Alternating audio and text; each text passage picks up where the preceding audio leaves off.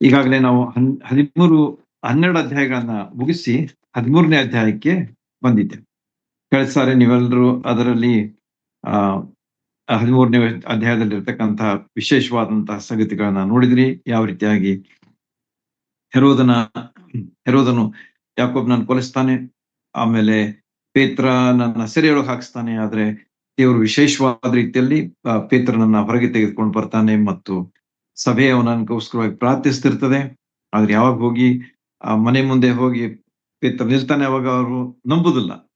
ಅಂತ ಒಂದು ಸ್ಥಿತಿ ಆಗ್ಬಾರ್ದು ಅಂತ ಹೇಳಿ ನಮ್ಮ ಎಲ್ಲರ ಒಂದು ಪ್ರಾರ್ಥನೆ ಆಗಿರ್ಬೇಕು. ನಾವೇನ್ ಬೇಡ್ತೀವಿ ಅದ್ರಲ್ಲಿ ನಾವು ನಂಬಿಕೆ ಇರ್ಬೇಕು ಮತ್ತೆ ಅದನ್ನ ನಾವು ಯಾವಾಗ್ಲೂ ಹೊಂದುವಂತ ಒಂದು ಉತ್ಸುಕತೆ ನಮ್ಮಲ್ಲಿ ಇರ್ಬೇಕು. ಮುಂದೆ ಪೇತ್ರನು ಯಾವ ರೀತಿಯಾಗಿ ಆ ಅಲ್ಲಿ ಆ ಅಲ್ಲಿ ಆದಂತಹ ಒಂದು ವಿಶೇಷವಾದಂತಹ ಸಂಗತಿ ಅಂತಂದ್ರೆ 12ನೇ ಅಧ್ಯಾಯದಲ್ಲಿ ಪ್ರಾರ್ಥನೆ ಆಯ್ತಾ. ಆಮೇಲೆ ಒಂದು ಸೆರೆಯೊಳಗಿಂದ ಕರ್ಕೊಂಡು ಬಂದ. ಆಮೇಲೆ ತೂರ್ ಸೀದೋನ್ ಪಟ್ಟಣದ ನಿವಾಸಿಗಳು ಹೆರೋದನನ್ನ ಬಹಳಷ್ಟು ಹೊಗಳ್ತಾರೆ. ಆಗ ಅವನು ದೇವರಿಗೆ ಸಲ್ಲಿಸ್ಬೇಕಂತ ಮಹಿಮೆಯನ್ನು ತಾನು ಸ್ವೀಕರಿಸಿದ್ರಿಂದ ದೇವರು ಅವನನ್ನು ಹೊಡೆದು ಬಿಡ್ತಾನೆ. ಅವನು ಹೊಳ ಬಿದ್ದು ಸಾಯ್ತಾನ ಅಂತ ಹೇಳಿ ಅವನ ಬಗ್ಗೆ ನಾವು ನೋಡ್ತೀವಿ. ಆರಂಭದಲ್ಲಿ ಅವನು ಯಾಕೋಬನನ್ನು ಕೊಲಿಸಿದ, ಆದ್ರೆ ದೇವರು ಈಗ ಕೊನೆಯ ಭಾಗದಲ್ಲಿ ಬಂದಾಗ ಅವನನ್ನ ಕೊಂದು ಹಾಕ್ತಾನೆ ಅಂತ ಹೇಳಿ ನಮಗ ತಿಳಿದು ಬರ್ತದೆ. ಆಮೇಲೆ ಏನಾಗ್ತದೆ ಅಂತಂದ್ರೆ ಮಾರ್ಕ ಮತ್ತು ಬಾರ್ನಬ ಮತ್ತು ಸೌಲ ಇವ್ರು 3 ಮಂದಿ ಕೂಡಿ ಎಲ್ಲಿ ಹೋಗ್ತಾರೆ ತಿರುಗಿ ಅಂತಂದ್ರೆ ಅಂತಿಯೋಕ್ಯಕ್ಕೆ ಹೋಗ್ತಾರೆ. ಅವರು ಯೆರೂಸಲೇಮಿಗೆ ಯಾಕೆ ಬಂದಿದ್ರು ಅಂತಂದ್ರೆ ಧರ್ಮ ಸಹಾಯ ತೆಗೆದುಕೊಂಡು ಬಂದಿದ್ರು. ಅಂದ್ರೆ ಹಣದ ಸಹಾಯವನ್ನು ತೆಗೆದುಕೊಂಡು ಬಂದು ಆದಂತಹ ಬರಗಾಲದ ಸಮಯದಲ್ಲಿ ಬೇಕಾದಂತಹ ಒಂದು ಪರಿಹಾರಕ್ಕಾಗಿ ಸಹೋದರರ ಅಲ್ಲಿದ್ದಂತಹ ಕುಟುಂಬಗಳಿಗೆ ಒಂದು ಪರಿಹಾರವನ್ನು ತೆಗೆದುಕೊಂಡು ಬಂದಿದ್ರು. ಈಗ ಅವರು ಎಲ್ಲಾ ಕೆಲಸಗಳು ಮುಗಿದ ಮೇಲೆ ತಿರುಗಿ ಅಲ್ಲಿ ಹೋದ್ರು ಅಂತ ಹೇಳಿ ಅವ್ರ ಬಗ್ಗೆ ನಾವು ನೋಡ್ತೇವೆ.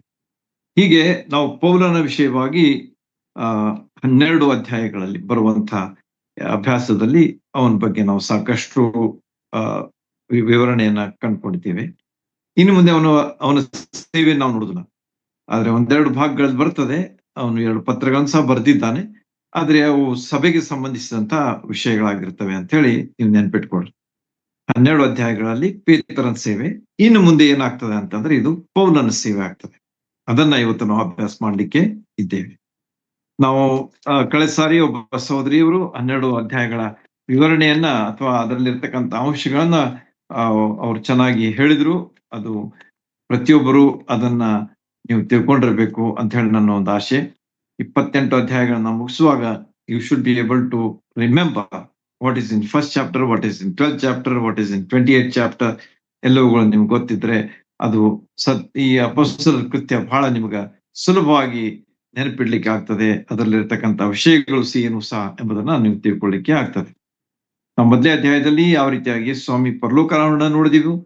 ಆಮೇಲೆ ಮುಂದೆ ನಾವು 2ನೇ ಅಧ್ಯಾಯಕ್ಕೆ ಅಲ್ಲಿ ಬರುವಾಗ ಪವಿತ್ರಾತ್ಮನು ಕಳಿಸಲ್ಪಡ್ತಾನೆ. 3ನೇ ಅಧ್ಯಾಯಕ್ಕೆ ಬರುವಾಗ ಕರ್ತನಾದ ಯೇಸು ಕ್ರಿಸ್ತರ ಹೆಸರಿನಲ್ಲಿ ಹುಟ್ಟುಕೊಂಡನು ಆತನು ವಾಸಿ ಆಗ್ತಾನೆ. 4ನೇ ಅಧ್ಯಾಯಕ್ಕೆ ಬರುವಾಗ ಅಧಿಕಾರಿಗಳು ಅವರ ಬೆದರಿಕೆ ಹಾಕ್ತಾರೆ ಪೇತ್ರ ಯೆಹೋವನವರಿಗೆ. ಆದ್ರೆ ಅವರು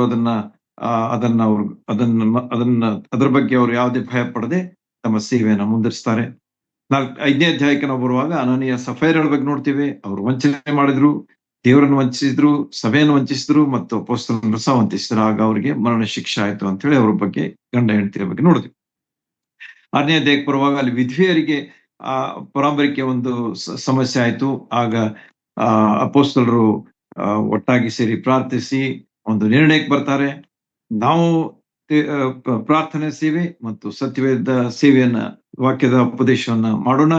ಆಮೇಲೆ 7 ಜನರನ್ನ ನಾವು ಆರಿಸಿಕೊಂಡು ಅವರು ಪವಿತ್ರಾತ್ಮ ಭರಿತರು ನಂಬಿಕೆಯುಳ್ಳವರಾಗಿ ಇರುವಂತಹ 7 ಜನರನ್ನ ನಾವು ಆರಿಸಿಕೊಂಡು ಅವರಿಗೆ ಈ ಒಂದು ಕೆಲಸವನ್ನು ಒಪ್ಪಿಸ್ಕೊಡೋಣ, ಸಹಾಯಕ ಸಭಾ ಸೇವಕರು ಅಂತ ಹೇಳಿ. ಆಗ 7 ಜನರ ಒಂದು ಆಯ್ಕೆ ಆಗ್ತದೆ. ಅವರು ತಮ್ಮ ಕೆಲಸ ಮಾಡ್ತಾರೆ, ಇವರ ಅಪೊಸ್ತಲರು ತಮ್ಮ ಕೆಲಸವನ್ನ ನೋಡ್ಕೊಂಡು ಹೋಗ್ತಾರೆ. ಈ ರೀತಿಯಾಗಿ ನಮಗ 6ನೇ ಅಧ್ಯಾಯದಲ್ಲಿ 6ನೇ ಅಧ್ಯಾಯದಲ್ಲಿ ಅದರ ಬಗ್ಗೆ ನೋಡ್ತೀವಿ. 7ನೇ ಅಧ್ಯಾಯಕ್ಕೆ ನಾವು ಬರುವಾಗ ಸ್ಟೇಫನನ ಸಾಕ್ಷಿ, ಯಾವ ರೀತಿಯಾಗಿ ಸ್ಟೇಫನನ ಪ್ರಸಂಗ ಸುಂದರವಾದಿತ್ತು, ಬಹಳ ಅದ್ಭುತವಾದಂತ ಪ್ರಸಂಗ. ಆಮೇಲೆ ಅವನು ರಕ್ತ ಸಾಕ್ಷಿ ಆದನು ಅಂತ ಹೇಳಿ ಅವನ ಬಗ್ಗೆ 7ನೇ ಅಧ್ಯಾಯ ಹೇಳ್ತದೆ. 8ನೇ ಅಧ್ಯಾಯಕ್ಕೆ ನಾವು ಬರುವಾಗ ಫಿಲಿಪ್ಪನ ಸೇವೆಯನ್ನು ನೋಡ್ತೀವಿ. ಯಾವ ರೀತಿಯಾಗಿ ಆತನು ಸಮಾರ್ಯ ಭಾಗದಲ್ಲಿ ಅವನು ಸೇವೆ ಮಾಡ್ತಾನೆ. ಆಮೇಲೆ ಆ ಫಿಲಿಪ್ ಇವನು ನಮ್ಮ ಕಂಚುಕಿ, ಐಗುಪ್ತ ದೇಶ ಇಥಿಯೋಪಿಯಾದ ಒಂದು ಕಂಚುಕಿಯ ಯನ್ನು ಸಹ ಆತನ ಯೇಸು ಸ್ವಾಮಿಯ ಪಾದವಾಗಿ ನಡೆಸ್ತಾನೆ. ಆಮೇಲೆ ಅವನಿಗೆ ದೀಕ್ಷಾಸ್ನಾನ ಮಾಡಿಸಿ ಅಲ್ಲಿಂದ ಆತನು ನೇರವಾಗಿ ಅಜೋಟ್ ಎಂಬಂತ ಸ್ಥಳಕ್ಕೆ ಆತನು ಪವಿತ್ರ ಆತ್ಮನಿಂದ ಒಯ್ಯಲ್ಪಡ್ತಾನೆ ಎಂಬ ಭಾಗವನ್ನು ನಾವು 8ನೇ ಅಧ್ಯಾಯದಲ್ಲಿ ನೋಡಿದೀವಿ. 9ನೇ ಅಧ್ಯಾಯಕ್ಕೆ ಬರುವಾಗ ಸೌಲನ ರಕ್ಷಣೆ, ಯಾವ ರೀತಿಯಾಗಿ ಸೌಲನ ರಕ್ಷಣೆ ಹೊಂದಿ ಆತನು ಕ್ರಿಸ್ತ ಹಿಂಸಕನಾಗಿದ್ದ, ಆದ್ರೆ ಕ್ರಿಸ್ತನ ವಾಕ್ಯದ ಬೋಧಕನಾದ ಅಂತ ಹೇಳಿ ಅವನ ಬಗ್ಗೆ 9ನೇ ಅಧ್ಯಾಯದಲ್ಲಿ ಕಾಣ್ತೇವೆ. 10ನೇ ಅಧ್ಯಾಯಕ್ಕೆ ಬರುವಾಗ ಅನ್ಯ ಜನರಿಗೆ ಯಾವ ರೀತಿಯಾಗಿ ಸುವಾರ್ತೆ ಸಾರಲ್ಪಡಿತು. ಕೊರ್ನೆಲ್ಯ ವಿಷಯವಾಗಿ ನೋಡ್ತೀರಿ ನೀವು, ಕೈಸರೈದಲ್ಲಿ ಇರ್ತಾನೆ, ಪೇತ್ರ ಒಂದ್ ಕಡೆ ಇರ್ತಾನೆ, ಯೆರೂಸಲೇಮ್ನಲ್ಲಿ ಇರ್ತಾನೆ. ಅವ್ರ ಇವ್ರು ಏನಾಗ್ತಾರ ಅಂತಂದ್ರೆ ಅಲ್ಲಿ ದೇವ್ರವ್ರನ್ನ ಅದ್ಭುತವಾಗಿ ನಡೆಸ್ತಾನೆ ದರ್ಶನಗಳ ಮೂಲಕ. ಅವ್ರು ಪೇತ್ರನು ಕೊರ್ನೆಲ್ಯನ ಮನೆಗೆ ಹೋಗಿ ಅಲ್ಲಿ ಸುವಾರ್ತೆಯನ್ನು ಸಾರುವಾಗ ಅವನ ಮನೆಯವರು ರಕ್ಷಣೆ ಹೊಂದ್ತಾರೆ. ಅಷ್ಟೇ ಅಲ್ಲದೆ ಪವಿತ್ರ ಆತ್ಮನ ದಾನ ಅನ್ಯರಿಗೂ ಆಗ್ತದೆ ಎಂಬಂತಹ ಸತ್ಯವನ್ನ ನಾವು 10ನೇ ಅಧ್ಯಾಯದಲ್ಲಿ ನೋಡ್ತೀವಿ. 11ನೇ ಅಧ್ಯಾಯಕ್ಕೆ ಬರುವಾಗ ಯೆರೂಸಲೇಮಿನಲ್ಲಿ ಅನ್ಯ ಜನರೊಂದಿಗೆ ಬಳಕೆ ಮಾಡುವುದಕ್ಕೆ ಆಕ್ಷೇಪಣೆ ಬಂತು. Some people were there, they took objection, ನೀವ್ ಹೆಂಗ್ ಮಾಡಿದ್ರಿ ಇದನ್ನಂತೆ. ಆಗ ಪೇತ್ರ ಅಲ್ಲಿ ತನ್ನ ಕೂಡ ಜನರನ್ನು ಕರ್ಕೊಂಡು ಹೋಗಿದ್ದ ಕೊರ್ನೆಲ್ಯನ ಮನೆಗೆ. ಆಗ ಅವರು ಅದಕ್ಕೆ ಸಾಕ್ಷಿಯಾಗಿ ಅದನ್ನ ಹೇಳ್ತಾರೆ. ಮತ್ತು ಪೌಲನು ಸಹ ಅಲ್ಲಿ ಆದಂತಹ ದರ್ಶನಗಳ ಬಗ್ಗೆ ಹೇಳುವಾಗ ಅವರೆಲ್ಲರೂ ಸಂತೋಷ ಪಡ್ತಾರೆ. ಮತ್ತು ಈ ಒಂದು ಯಹೂದ್ಯರಿಗಷ್ಟೇ ಅಲ್ಲ ಸ್ವಾರ್ತೆ, ಅದು ಅನ್ಯರಿಗೂ ಸಹ ಅಂತ ಹೇಳಿ ಅವರಿಗೆ ಕನ್ವಿನ್ಸ್ ಆದಾಗ ಬಹಳಷ್ಟು ಅಲ್ಲಿ ಸಂತೋಷ ಉಂಟಾಗ್ತದೆ ಎಂಬ ವಿಷಯವನ್ನ ನಾವು ಅಲ್ಲಿ ನೋಡಿದ್ವಿ. 12ನೇ ಅಧ್ಯಾಯ ನಾವು ಕಳೆದ ಸಾರಿ ನೋಡಿದಂತಹ ಅಭ್ಯಾಸ ಅದೇನಾಗಿತ್ತು ಅಂತಂದ್ರೆ, ಯಾಕೋಬನ ಒಂದು ರಕ್ತ ಸಾಕ್ಷಿಯಾದ, ಆಮೇಲೆ ಪೇತ್ರನು ಯಾವ ರೀತಿಯಾಗಿ ಸೆರೆಮನೆಯಿಂದ ಬಿಡಿಸಲ್ಪಟ್ಟ, ಆಮೇಲೆ ಅವನ ಸೇವೆ ಯಾವ ರೀತಿಯಾಗಿ ಆತನು ಮುಂದೆ ಹೋಗ್ತಾನೆ. ಕೈಸರಿಗೆ ಹೋಗಿ ಅಲ್ಲಿ ಸ್ವಲ್ಪ ಕಾಲ ಇದ್ದನು ಅಂತ ಹೇಳ್ತದೆ. ಅಂದ್ರೆ ಅಲ್ಲಿ ಆತನ ಸೇವೆಯನ್ನ ಮುಂದುವರಿಸಿದನು ಅಂತ ಹೇಳಿ ನಮಗ ಅಲ್ಲಿ ಹೇಳಲ್ಪಟ್ಟಿದೆ. ಆಮೇಲೆ ಏನಾಗ್ತದೆ ಅಂತಂದ್ರೆ, ಈ ಬಾರ್ನಬ ಮತ್ತು ಸೌಲ ಮತ್ತು ಜಾನ್ ಮಾರ್ಕ್ ಇವರೆಲ್ಲ ಏನು, ಜಾನ್ ಮಾರ್ಕ್ ಯಾರಂತಂದ್ರೆ ಕಸಿನ್ ಅಂತ ಹೇಳಿ ನಾನು ಹೇಳಿದ್ದೇನೆ ನಿಮಗೆ. ಕಸಿನ್ ಆಫ್ ಕಾರ್ನಬಸ್ನ ಕುಟುಂಬಕ್ಕೆ ಸಂಬಂಧಿಸಿದಂತಹ ವ್ಯಕ್ತಿ ಜಾನ್ ಮಾರ್ಕ್. ಇವನು ಯವನಸ್ಥನಾಗಿದ್ದ, ಅನುಭವದ ಅಭಾವ ಇತ್ತು, ಆದ್ರೂ ಕೂಡ ಸೇವೆಯ ಒಂದು ಹುಮ್ಮಸ್ಸೆ ಇತ್ತು ಅವನಿಗೆ. ಅವನ ತಾಯಿ ಒಬ್ಬಳೇ ಇದ್ದು, ಮರಿಯಳು ಅವಕ್ಕೆ ಯೆರೂಸಲೇಮಿನಲ್ಲಿದ್ದು, ಆದ್ರೂ ಕೂಡ ನಾನು ಹೋಗ್ತೇನೆ ಅವ್ರು ಕೂಡ ಅನ್ನುವಾಗ ಯೆರೂಸಲೇಮಿಂದ ಅಂತ್ಯೋಕ್ಯಕ್ಕೆ ಹೋದಂತಹ ವ್ಯಕ್ತಿ ಯಾರಂತಂದ್ರೆ ಜಾನ್ ಮಾರ್ಕ್. ಈ ಅಧ್ಯಾಯದಲ್ಲಿ ಅವನ್ ಏನಾಗ್ತದೆ ಅಂತ ಹೇಳಿ ಸ್ವಲ್ಪ ಹೊತ್ತಾದ್ಮೇಲೆ ನೀವು ಕಂಡುಕೊಳ್ತೀರಿ. ಈ ರೀತಿಯಾಗಿ 12 ಅಧ್ಯಾಯಗಳನ್ನ ನಾವು ಮುಗಿಸಿ ಇವತ್ತು ನಾವು 13ನೇ ಅಧ್ಯಾಯಕ್ಕೆ ಬಂದಿದ್ದೇವೆ. ಈ ಒಂದು ಅಧ್ಯಾಯ ಬಹಳ ವಿಶೇಷವಾದದ್ದು. ಅದರ ಶಿರೋನಾಮೆ ಅಥವಾ ಅದರ ಟಾಪಿಕ್ ಏನಿದೆ ಅಂತಂದ್ರೆ, ಪೌಲನ ಮೊದಲನೆಯ ಪ್ರಯಾಣ, ಮಿಷನರಿ ಜರ್ನಿ, ಅಂದ್ರೆ ಸ್ವಾರ್ಥ ಸೇವೆಯ, ದೇವರ ಸೇವೆಯ ಒಂದು ಪ್ರಯಾಣ ಅಂತೇಳಿ ನಾವು ಅದರ ವಿಷಯವಾಗಿ 13ನೇ ಅಧ್ಯಾಯದಲ್ಲಿ ನೋಡ್ತೇವೆ. 13 ಮತ್ತು 14 ಎರಡು ಅಧ್ಯಾಯಗಳಲ್ಲಿ ಈ ಒಂದು ಮೊದಲನೆಯ ಪ್ರಯಾಣದ ವಿವರ ನಿಮಗೆ ಸಿಗ್ತದೆ. ಬಹಳ ಊರುಗಳ ಹೆಸರುಗಳು ಅಲ್ಲಿವೆ, ನೆನಪಿಟ್ಕೊಳ್ರಿ. ನೀವು ನಿಮ್ಮಲ್ಲಿ ನಕಾಶೆ ಇದ್ರೆ, ಮ್ಯಾಪ್ ಇದ್ರೆ ಬಹಳಷ್ಟು ಒಳ್ಳೆಯದು. ಅದನ್ನ ನೋಡ್ತೇನೆ ನಾನು ಯಾವ ರೀತಿಯಾಗಿ ಏನ್ ಮಾಡ್ಬೇಕಂತ ಹೇಳಿ. ಈ ರೀತಿಯಾಗಿ ಈ ಒಂದು ಪ್ರಯಾಣಗಳಲ್ಲಿ ಮುಖ್ಯವಾಗಿ ಬರುವಂತಹ ಸ್ಥಳಗಳ ವಿಷಯವಂತಹ ಒಂದು ತಿಳುವಳಿಕೆ ನಿಮ್ಗೆ ಇರ್ಬೇಕು. ಏನೇನು ಯಾವ ಸ್ಥಳಗಳು ಎಲ್ಲೆಲ್ಲಿದ್ದು ಅಂತ ಹೇಳಿ, ಆಗ ನಿಮ್ಗೆ ಗೊತ್ತಾಗ್ಬಿಡ್ತದೆ ಏನಂತ ಹೇಳಿ. ಸೇವೆ, ದೇವ್ರ ಸೇವೆ ಅಂತಂದ್ರೆ ಅಷ್ಟು ಅದು ಕಠಿಣವಾಗಿತ್ತು, ಆದ್ರೂ ಕೂಡ ಅದನ್ನ ಮಾಡಲಿಕ್ಕೆ ಅಪೊಸ್ತಲರು ಹಿಂಜರಿಯಲಿಲ್ಲ. ಆದ ಕಾರಣ ಇವತ್ತು ನಾವು ಕ್ರೈಸ್ತರನ್ನ ಇಡೀ ಜಗತ್ತಿನಲ್ಲಿ ನೋಡ್ತೇವೆ. ಯಾವುದೇ ಮೂಲೆಗೆ ಹೋಗ್ರಿ, ಅಲ್ಲಿ ನೀವು ಕ್ರೈಸ್ತರು ನಿಮಗೆ ಅಲ್ಲಿ ಕಂಡು ಬರ್ತಾರೆ. Almost all the places of the world has the Christian people. ಇದಕ್ಕೆ ಕಾರಣ ಏನಂತಂದ್ರೆ, ಯೇಸು ಸ್ವಾಮಿಯ ತರುವಾಯ ಸೇವೆ ಮಾಡಿದಂತ ಅಪೊಸ್ತಲರು ಅಷ್ಟು ಆಸಕ್ತಿಯಿಂದ ಅದನ್ನ ಮಾಡಿ ಆ ಸೇವೆಯನ್ನ ಮುಂದುವರಿಸಿಕೊಂಡು ಹೋದ್ರು. ರಕ್ತ ಸಾಕ್ಷಿಗಳಾದ್ರೂ ಕೂಡ ಅದರ ಫಲವನ್ನ ನಾವು ಇವತ್ತು ಕಾಣ್ತಾ ಇದ್ದೇವೆ. ಆದ ಕಾರಣ ನಮ್ಮ ಮೇಲೆ ಬಿದ್ದಂತ ಭಾರ ಎಷ್ಟು ದೊಡ್ಡದು ಅನ್ನುವಂಥದ್ದು ನಮಗೆ ಗೊತ್ತಿರಬೇಕು. You should not be just listeners, ಕೇವಲ ಕೇಳುವಂಥವರಾಗಿರ್ಬಾರ್ದು, ಆದರೆ ನಾವು ಮಾಡುವಂಥವರಾಗಿರ್ಬೇಕು. ಯೇಸು ಸ್ವಾಮಿಯನ್ನ ನಾವು ನಮ್ಮ ಸ್ವಂತ ರಕ್ಷಕನಾಗಿ ಸ್ವೀಕರಿಸಿಕೊಂಡ ರಕ್ಷಣೆಯ ಅನುಭವ ನಮಗೆ ಸಿಕ್ಕ ಮೇಲೆ, ಆದ್ಮೇಲೆ ನಾವು ಅದನ್ನ ಇತರಿಗೆ ಹೇಳುವಂತಹ ಹಂಗು ನಮ್ದಿದೆ. ಅದನ್ನ ನಾವು ಮಾಡ್ಲಿಕ್ಕೆ ಯಾವಾಗಲೂ ಸಿದ್ಧರಾಗಿರ್ಬೇಕು. ಸುಮ್ಮನೆ ಕೇಳೋದು ಬಿಟ್ಬಿಡೋದಲ್ಲ, ಆದ್ರೆ ಅದರ ಮಹತ್ವ ಎಷ್ಟಿದೆ, ನಾವೇನ್ ಮಾಡ್ಬೇಕು? What is our roll? ನಮಗೂ ನಮಗೆ ಏನು ದೇವರು ಹೇಳಿದ್ದಾನೆ ಅಥವಾ ನಮ್ಮಿಂದ ದೇವರು ಏನು ಅಪೇಕ್ಷಿಸ್ತಾನೆ ಎಂಬುದರ ಒಂದು ವಿಚಾರ ನಮ್ಮಲ್ಲಿ ಯಾವಾಗ್ಲೂ ಇರಬೇಕು. ನಾವು ಪ್ರಾರ್ಥನೆಯಿಂದ ನಮ್ಮ ಸೇವೆಯನ್ನ ಸುವಾರ್ಥ ಸೇವೆಯನ್ನ ಮಾಡ್ತಾ ಹೋಗ್ಬೇಕು. ಈಗ ಆ ಯೇಸು ಸ್ವಾಮಿ ನಮಗ ಹೇಳಿದಂತಹ ಮಾತು ಎಲ್ಲರಿಗೂ ಗೊತ್ತಿದೆ. ಮತ್ತಾಯನ ಸುವಾರ್ತೆ 28ನೇ ಅಧ್ಯಾಯ ಕೊನೆಯ ಅಧ್ಯಾಯದ ಕೊನೆ ವಚನಗಳಲ್ಲಿ 18ರಿಂದ 20 ವಚನಗಳಲ್ಲಿ ಯೇಸು ಸ್ವಾಮಿ ಹೇಳ್ತಾರೆ, ಭೂಲೋಕದ ಕಟ್ಟ ಕಡೆಯವರೆಗೆ ಹೋಗಿ ನೀವು ಸುವಾರ್ತೆಯನ್ನ ಸಾರಿರಿ ಅಂತ ಹೇಳ್ತಾರೆ.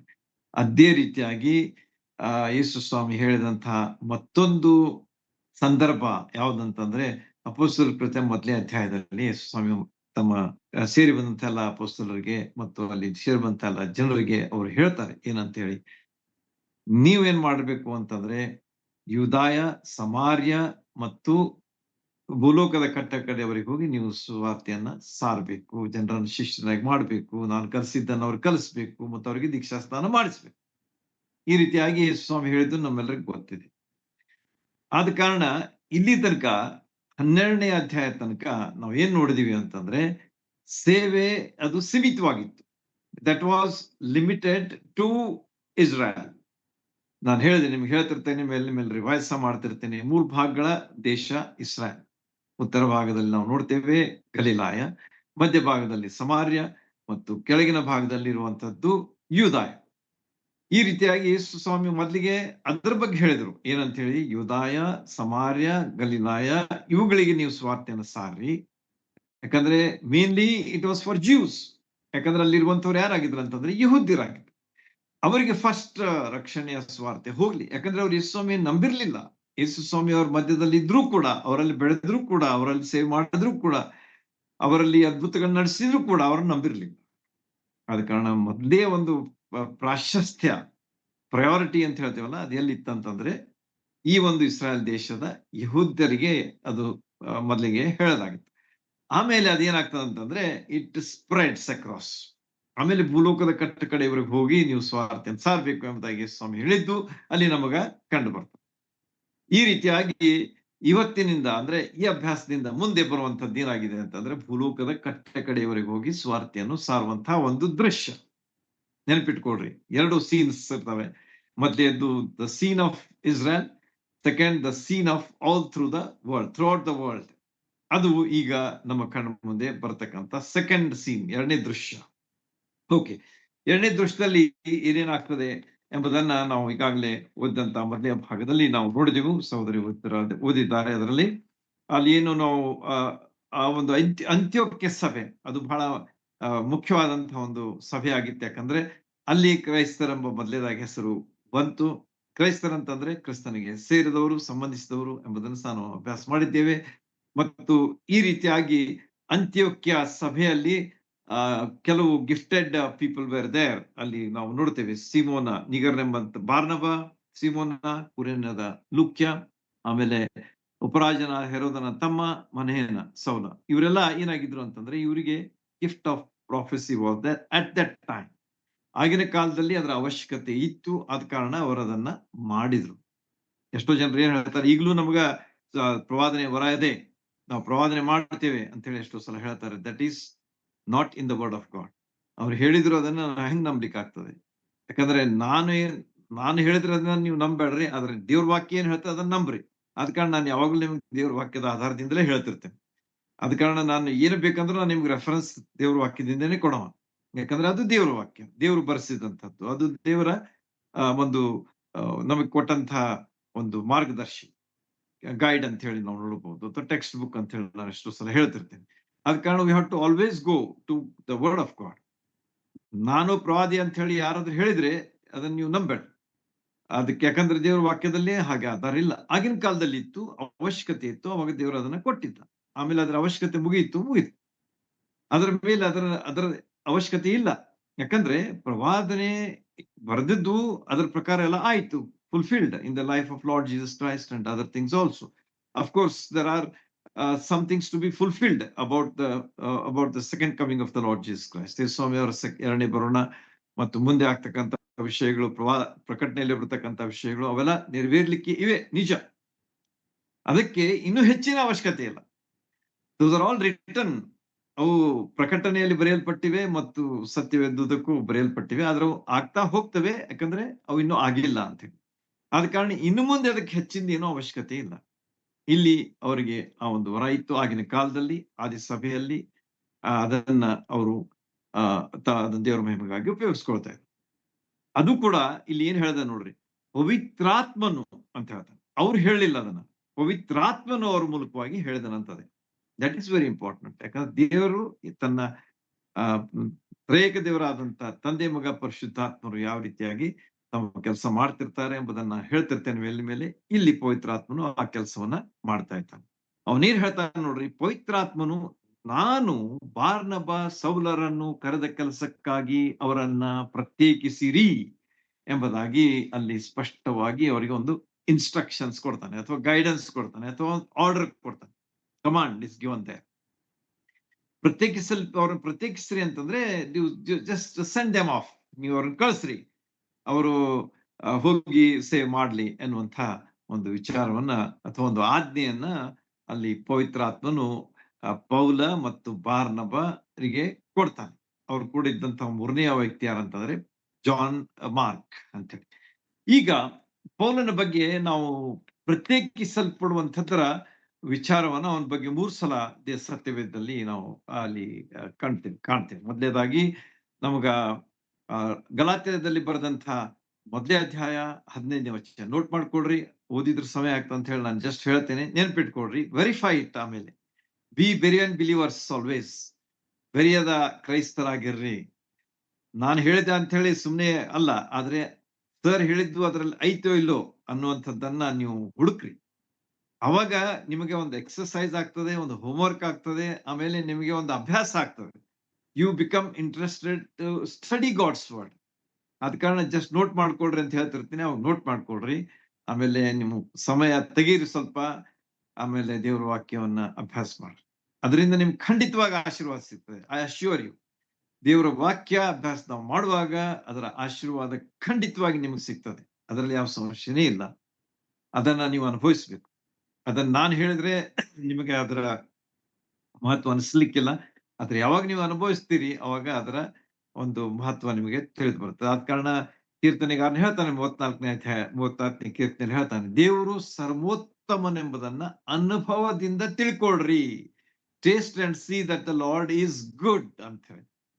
ಇಲ್ಲದ್ರೆ ಅವನು ಬೇರೆ ರೀತಿಯಿಂದ ಹೇಳ್ಬೋದಾಗಿತ್ತು, ಆದ್ರೆ ಅವನು ಹೇಳುವಂತಹ ರೀತಿ ಅಷ್ಟು ಸ್ಪಷ್ಟ ಅಂತ ಹೇಳಿ ನಮಗ ದಾವಿದನ ಕೀರ್ತನೆ ಅದು ಅವನು ಹೇಳ್ತಾ ಇದ್ದಾನೆ. ದೇವರು ಸರ್ವೋತ್ತಮನು, ಈಸ್ ಆಲ್ ಟುಗೆದರ್ ಗುಡ್ ಅಂತ ಹೇಳಿ ಎಲ್ಲಾ ರೀತಿಯಿಂದ ಸರ್ವೋತ್ತಮನು ಎಂಬುದನ್ನ ಅನುಭವದಿಂದ ತಿಳ್ಕೊಡ್ರಿ. ಅನುಭವಿಸ್ಬೇಕು, ಆಗ ಅದು ನಮಗ ಒಳ್ಳೆಯದನ್ನ ಮಾಡುದು. ಈ ರೀತಿಯಾಗಿ ಮೊದಲೇ ಅಧ್ಯಾಯ 15ನೇ ವಚನ ಗಲಾತ್ಯದವರಿಗೆ ಬರೆದ ಪತ್ರದಲ್ಲಿ ಪೌಲನು ಹೇಳ್ತಾನೆ, ನಾನು ತಾಯಿಯ ಗರ್ಭದಲ್ಲೇ ನನ್ನನ್ನ ಪ್ರತ್ಯೇಕಿಸಿದನು ದೇವರು ಅಂತ ಹೇಳ್ತಾನೆ. ಅಂದ್ರೆ he was called for the preaching of the gospel when he was in the womb of his mother ಎಂಬುದನ್ನ ಅವನು ಇಲ್ಲಿ ಮೊದಲನೇದಾಗಿ ಆತನು ಅವನ ಬಗ್ಗೆ ಹೇಳ್ದಾಗ. ಎರಡನೇ ಭಾಗ ವಿವರಿಸಲಿಕ್ಕೆ ಸಮಯ ಇಲ್ಲ ಮತ್ತು ಅದರ ಅವಶ್ಯಕತೆನೂ ಇಲ್ಲ. 3 ವಿಷಯಗಳನ್ನ ನೆನಪಿಟ್ಕೊಳ್ರಿ ಪೌಲನ ಬಗ್ಗೆ, ಯಾವ ರೀತಿಯಾಗಿ ಪ್ರತ್ಯೇಕಿಸಲ್ಪಟ್ಟಿದ್ದ ಎಂಬುದನ್ನ. ಒಂದು ತಾಯಿ ಗರ್ಭದಲ್ಲಿರುವಾಗಲೇ ದೇವರು ಅವನನ್ನು ಪ್ರತ್ಯೇಕಿಸಿದ್ದ ಸೇವೆ ಮಾಡುವುದಕ್ಕಾಗಿ, ಗಲಾತ್ಯ 1:15. ಎರಡನೇದಾಗಿ ನಾವು ರೋಮ 1:1 ನೋಡುವಾಗ ಅಲ್ಲಿ ಸ್ವಾರ್ಥ ಸೇವೆಗಾಗಿ ಪ್ರತ್ಯೇಕಿಸಲ್ಪಟ್ಟವನು ಅಂತ ಹೇಳ್ತಾನೆ. ಸ್ವಾರ್ಥ ಸೇವೆಗಾಗಿ ಪ್ರತ್ಯೇಕಿಸಲ್ಪಟ್ಟವನು ಅಂತ ಹೇಳಿ ರೋಮ 1:1 ಪೌಲನು ಸ್ಪಷ್ಟವಾಗಿ ಹೇಳ್ತಾ ಇದ್ದ. ಅಂದ್ರೆ he was again separated for the gospel of Lord Jesus Christ. ಎರಡನೇದಾಗಿ. ಮೂರನೇದಾಗಿ ನಾವು ಈಗಾಗಲೇ ಓದಿದ್ದೇವೆ 13ನೇ ಅಧ್ಯಾಯ 2ನೇ ವಚನ ಅಪೊಸ್ತಲರ ಕೃತ್ಯ. ಅಲ್ಲಿ ಏನ್ ಹೇಳ್ತಾನೆ ಅಂತಂದ್ರೆ, ಅಂತ್ಯೋಕ್ಯದಲ್ಲಿ ಆತನು ವಿಶೇಷವಾದಂತಹ ಸೇವೆಗಾಗಿ ಪ್ರತ್ಯೇಕಿಸಲ್ಪಟ್ಟಿದ್ದಾನೆ. ಯಾಕಂದ್ರೆ ಪವಿತ್ರಾತ್ಮನಲ್ಲಿ ಅವ್ರ ಮೂಲಕವಾಗಿ ಹೇಳಿಸ್ತಾನೆ ಏನಂತೇಳಿ, ಇವರನ್ನ ದೇವರ ಸೇವೆ ಅಂದ್ರೆ ಅನ್ಯ ಜನರ ಮಧ್ಯದಲ್ಲಿ ಸೇವೆ ಮಾಡುವುದಕ್ಕಾಗಿ ಪ್ರತ್ಯೇಕಿಸಿರಿ ಎಂಬುದಾಗಿ ಅಲ್ಲಿ ಹೇಳುವುದನ್ನ ನಾವು 13ನೇ ಅಧ್ಯಾಯ 2ನೇ ವಚನದಲ್ಲಿ ಕಾಣ್ತೇವೆ. ಈ ರೀತಿಯಾಗಿ ಪೌಲನು 3 ಸಾರಿ ನಾನು ಪ್ರತ್ಯೇಕಿಸಲ್ಪಟ್ಟೆನು ಎಂಬುದಾಗಿ ಹೇಳಿದಂತಹ ಮಾತು ನಮಗ ಇಲ್ಲಿ ಕಂಡು ಬರ್ತದೆ.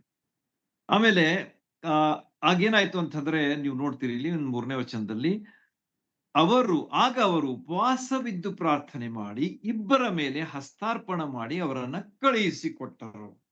ಯಾರ್ಯಾರು? ಉಳಿದಂತಹ ಅಪೊಸ್ತಲರು. ಅಂತ್ಯೋಕ್ಯದಲ್ಲಿ ಇದ್ದಂತ ಬೇರೆ ಅಪೊಸ್ತಲರು. ಯಾಕಂದ್ರೆ ಅಲ್ಲಿ ಸಭೆ ಆಲ್ರೆಡಿ ವಾಸ್ ದೇರ್ ಮತ್ತು ಆ ಅಲ್ಲಿ ಜನರು ಅಂದ್ರೆ ಅಲ್ಲಿ ಹಿರಿಯರು ಸಹ ಇದ್ರು. ಅವರೆಲ್ಲ ಏನ್ ಮಾಡಿದ್ರು ಅಂತಂದ್ರೆ ಇವ್ರ ಮೇಲೆ ಉಪವಾಸ ಮಾಡಿ ಪ್ರಾರ್ಥನೆ ಮಾಡಿ ಇವ್ರ ಮೇಲೆ ಹಸ್ತಾರ್ಪಣ ಮಾಡಿ ಅವರನ್ನ ಕಳಿಸ್ಕೊಟ್ರು. ಅವ್ರ ಹಸ್ತಾರ್ಪಣೆ ಮಾಡಿದ್ರು ಅಂತ ಹೇಳಿ ಅನ್ನುವಾಗ ಮತ್ತೊಂದ್ ಸಲ ನಮ್ಗೆ ನೆನಪಾಗ್ತದೆ. ಪೌಲನ ಮೇಲೆ ಸೌಲನ ಮೇಲೆ ಸಾರಿ ಇನ್ನು ಪೌಲ ಆಗಿಲ್ಲ, ಇನ್ಮೇಲೆ ಬರ್ತದೆ ಇದೇ ಅಧ್ಯಾಯದಲ್ಲಿ.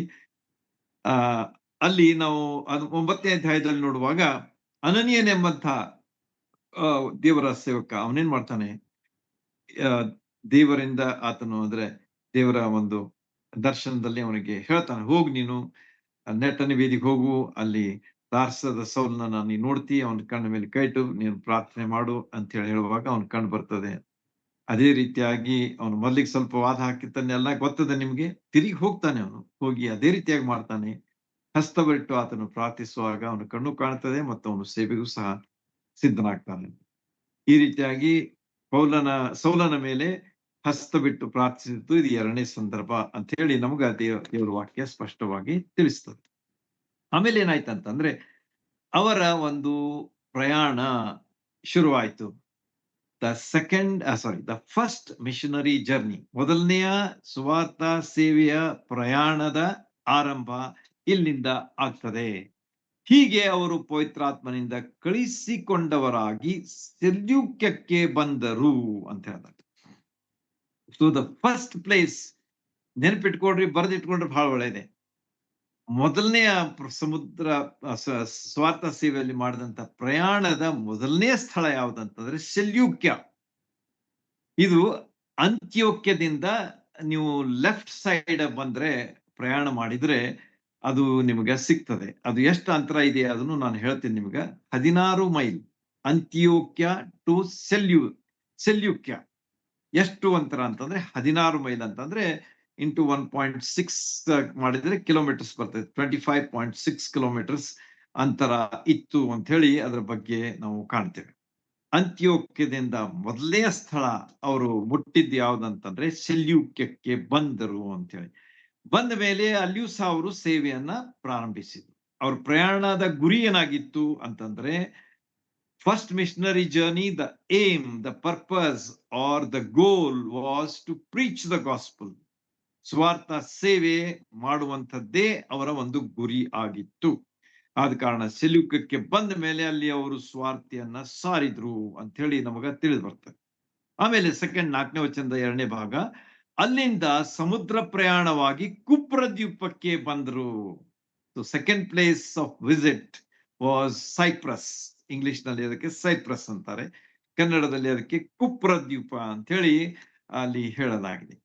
ಈ ರೀತಿಯಾಗಿ ಇದೊಂದು ದ್ವೀಪ ಆಗಿತ್ತು. ಇಟ್ ಇಸ್ ಒಂದು ಐಲ್ಯಾಂಡ್ ಅಂತ ಹೇಳ್ತೀವಲ್ಲ, ದ್ವೀಪ ಅಂತ ಹೇಳ್ತೀವಲ್ಲ, ಆ ದ್ವೀಪ ಅದು ಕುಪ್ರ ದ್ವೀಪ ಆಗಿತ್ತು ಅಂತ ಹೇಳಿ. ಅಂದ್ರೆ ಎಲ್ಲಾ ಕಡೆಗೆ ನೀರಿನಿಂದ ಅದು ಆವರಿಸಲ್ಪಟ್ಟಿರ್ತದೆ. ಈ ದ್ವೀಪ ಅದು ಯಾವ್ದಂತಂದ್ರೆ ಕುಪ್ರ ದ್ವೀಪ ಆಗಿತ್ತು. ಅಲ್ಲಿ ಅಲ್ಲಿ ಸೆಲ್ಯೂಕ್ಯ, ಆಮೇಲೆ ಅಲ್ಲಿ ಬಹಳಷ್ಟು ಜನರಿದ್ರು. Because it's a neighbouring country. ಅಲ್ಲಿ ಬಹಳಷ್ಟು ಯಹೂದ್ರು ಇದ್ರು ಅಂತ ಹೇಳಿ ನಮಗ ಕಾಣ್ತೇವೆ. ಆಮೇಲೆ ಸಭಾ ಮಂದಿರದಲ್ಲಿ ಅವ್ರು ಹೋಗಿ ಏನ್ ಮಾಡಿದ್ರಂತೆ, ಸ್ವಾರ್ಥಿಯನ್ನ ಸಾರಿದ್ರು. 5ನೇ ವಚನಕ್ಕೆ ಬರ್ರಿ. ಸಲಮಿಗೆ ಸೇರಿದಾಗ ಯಹೂದ್ಯರ ಸಭಾ ಮಂದಿರಗಳಲ್ಲಿ ದೇವರ ವಾಕ್ಯವನ್ನ ಪ್ರಸಿದ್ಧಿ ಪಡಿಸಿದ್ರು. ಅಂದ್ರೆ still they are in the process of preaching the gospel to the Jews. ಯಾಕಂದ್ರೆ ಒಮ್ಮೆಲೆ ಈಗ ಅವರು ಅನ್ಯ ಜನರನ್ನು ಎಲ್ಲಿ ಹುಡ್ಕವ್ರು.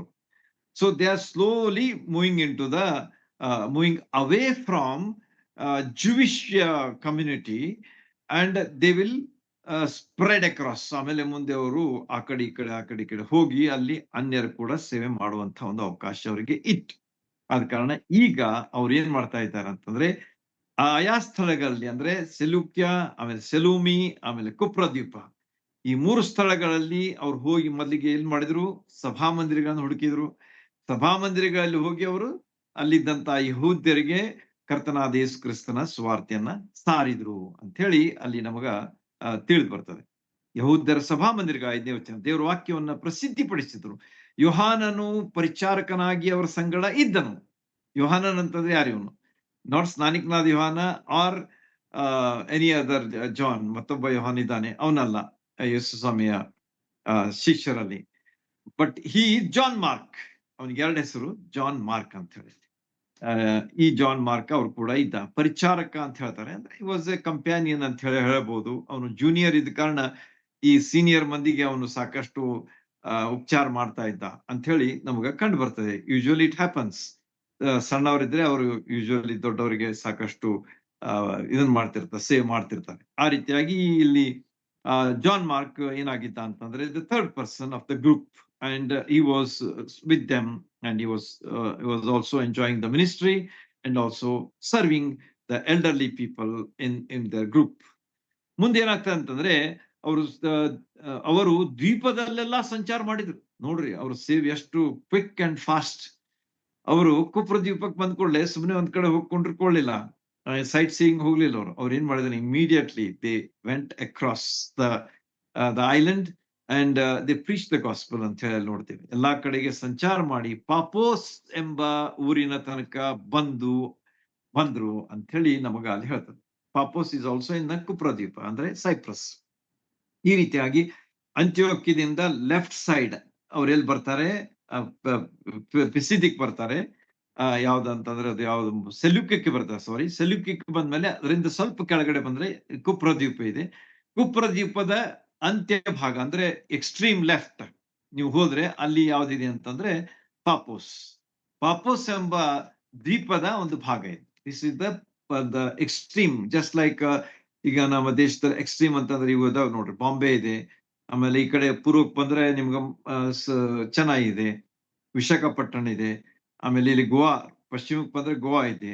ಈ ರೀತಿಯಾಗಿ ಅವೇನಾಗಿವೆ ಅಂತ these are all the coastal cities ಅಂತ ಹೇಳ್ತೇವಲ್ಲ, ಆ ರೀತಿಯಾಗಿ Paphos also was a coastal city. ಆ ಕೋಸ್ಟಲ್ ಸಿಟಿಗೆ ಅವ್ರು ಬಂದಾಗ ಅಲ್ಲಿ ಒಂದು ಘಟನೆ ನಡೀತದೆ. ಅಲ್ಲಿ ಯಾವ ಘಟನೆ ನಡೀತದೆ ಅಂತ ಹೇಳಿ ನಮ್ಗ ಸ್ಪಷ್ಟವಾಗಿ ಹೇಳಲಾಗಿದೆ ನೋಡ್ರಿ. ಅವನು ಏನಾಗಿದ್ದ ಅಂತಂದ್ರೆ ಬಾರ್ ಏಸು ಅಂತ ಒಬ್ಬ ಸುಳ್ಳು ಪ್ರವಾದಿ ಇದ್ದ. ಹೆಸರು ಏನ್ ಇಟ್ಕೊಂಡಿದ್ದ, ಬಾರ್ ಏಸು ಅಂತ ಹೇಳಿ. ಅಂದ್ರೆ ಇಟ್ ವಾಸ್ ಕ್ವೈಟ್ ಕನ್ಫ್ಯೂಸಿಂಗ್. ಕೇಳಿದ್ರೆ ಏನೋ ಯೇಸು ಅಂತ ಹೇಳಿ ಏನಪ್ಪಾ ಏನದು ಕ್ರಿಶ್ಚಿಯನ್ ನೇಮ್ ಅಲ್ಲ ಅಂತ ಹೇಳಿ ನಮಗ ಅನಿಸ್ತದೆ. ಆದ್ರೆ ಹಂಗಿರ್ಲಿಲ್ಲ. ಅವ ಏನಾಗಿದ್ದ ಅಂತಂದ್ರೆ ಅವನ ಬಗ್ಗೆ ವಿವರಣೆ ಕೊಟ್ಟಾರ ನೋಡ್ರಿ ಸ್ಪಷ್ಟವಾಗಿ. ಅವನು ಸುಳ್ಳು ಪ್ರವಾದಿ ಆಗಿದ್ದ. He was a false prophet, ಅಂದ್ರೆ ಸುಳ್ಳು ಹೇಳವ. ಸುಳ್ಳು ಯಾರಿಗೆ ಸೂಚಿಸ್ತದೆ? ನಾನು ಹೇಳ್ತಿರ್ತೇನೆ ನಿಮ್ಗೆ, steal kill destroy, steal kill and destroy. ಆಮೇಲೆ who is the father of lies? Satan.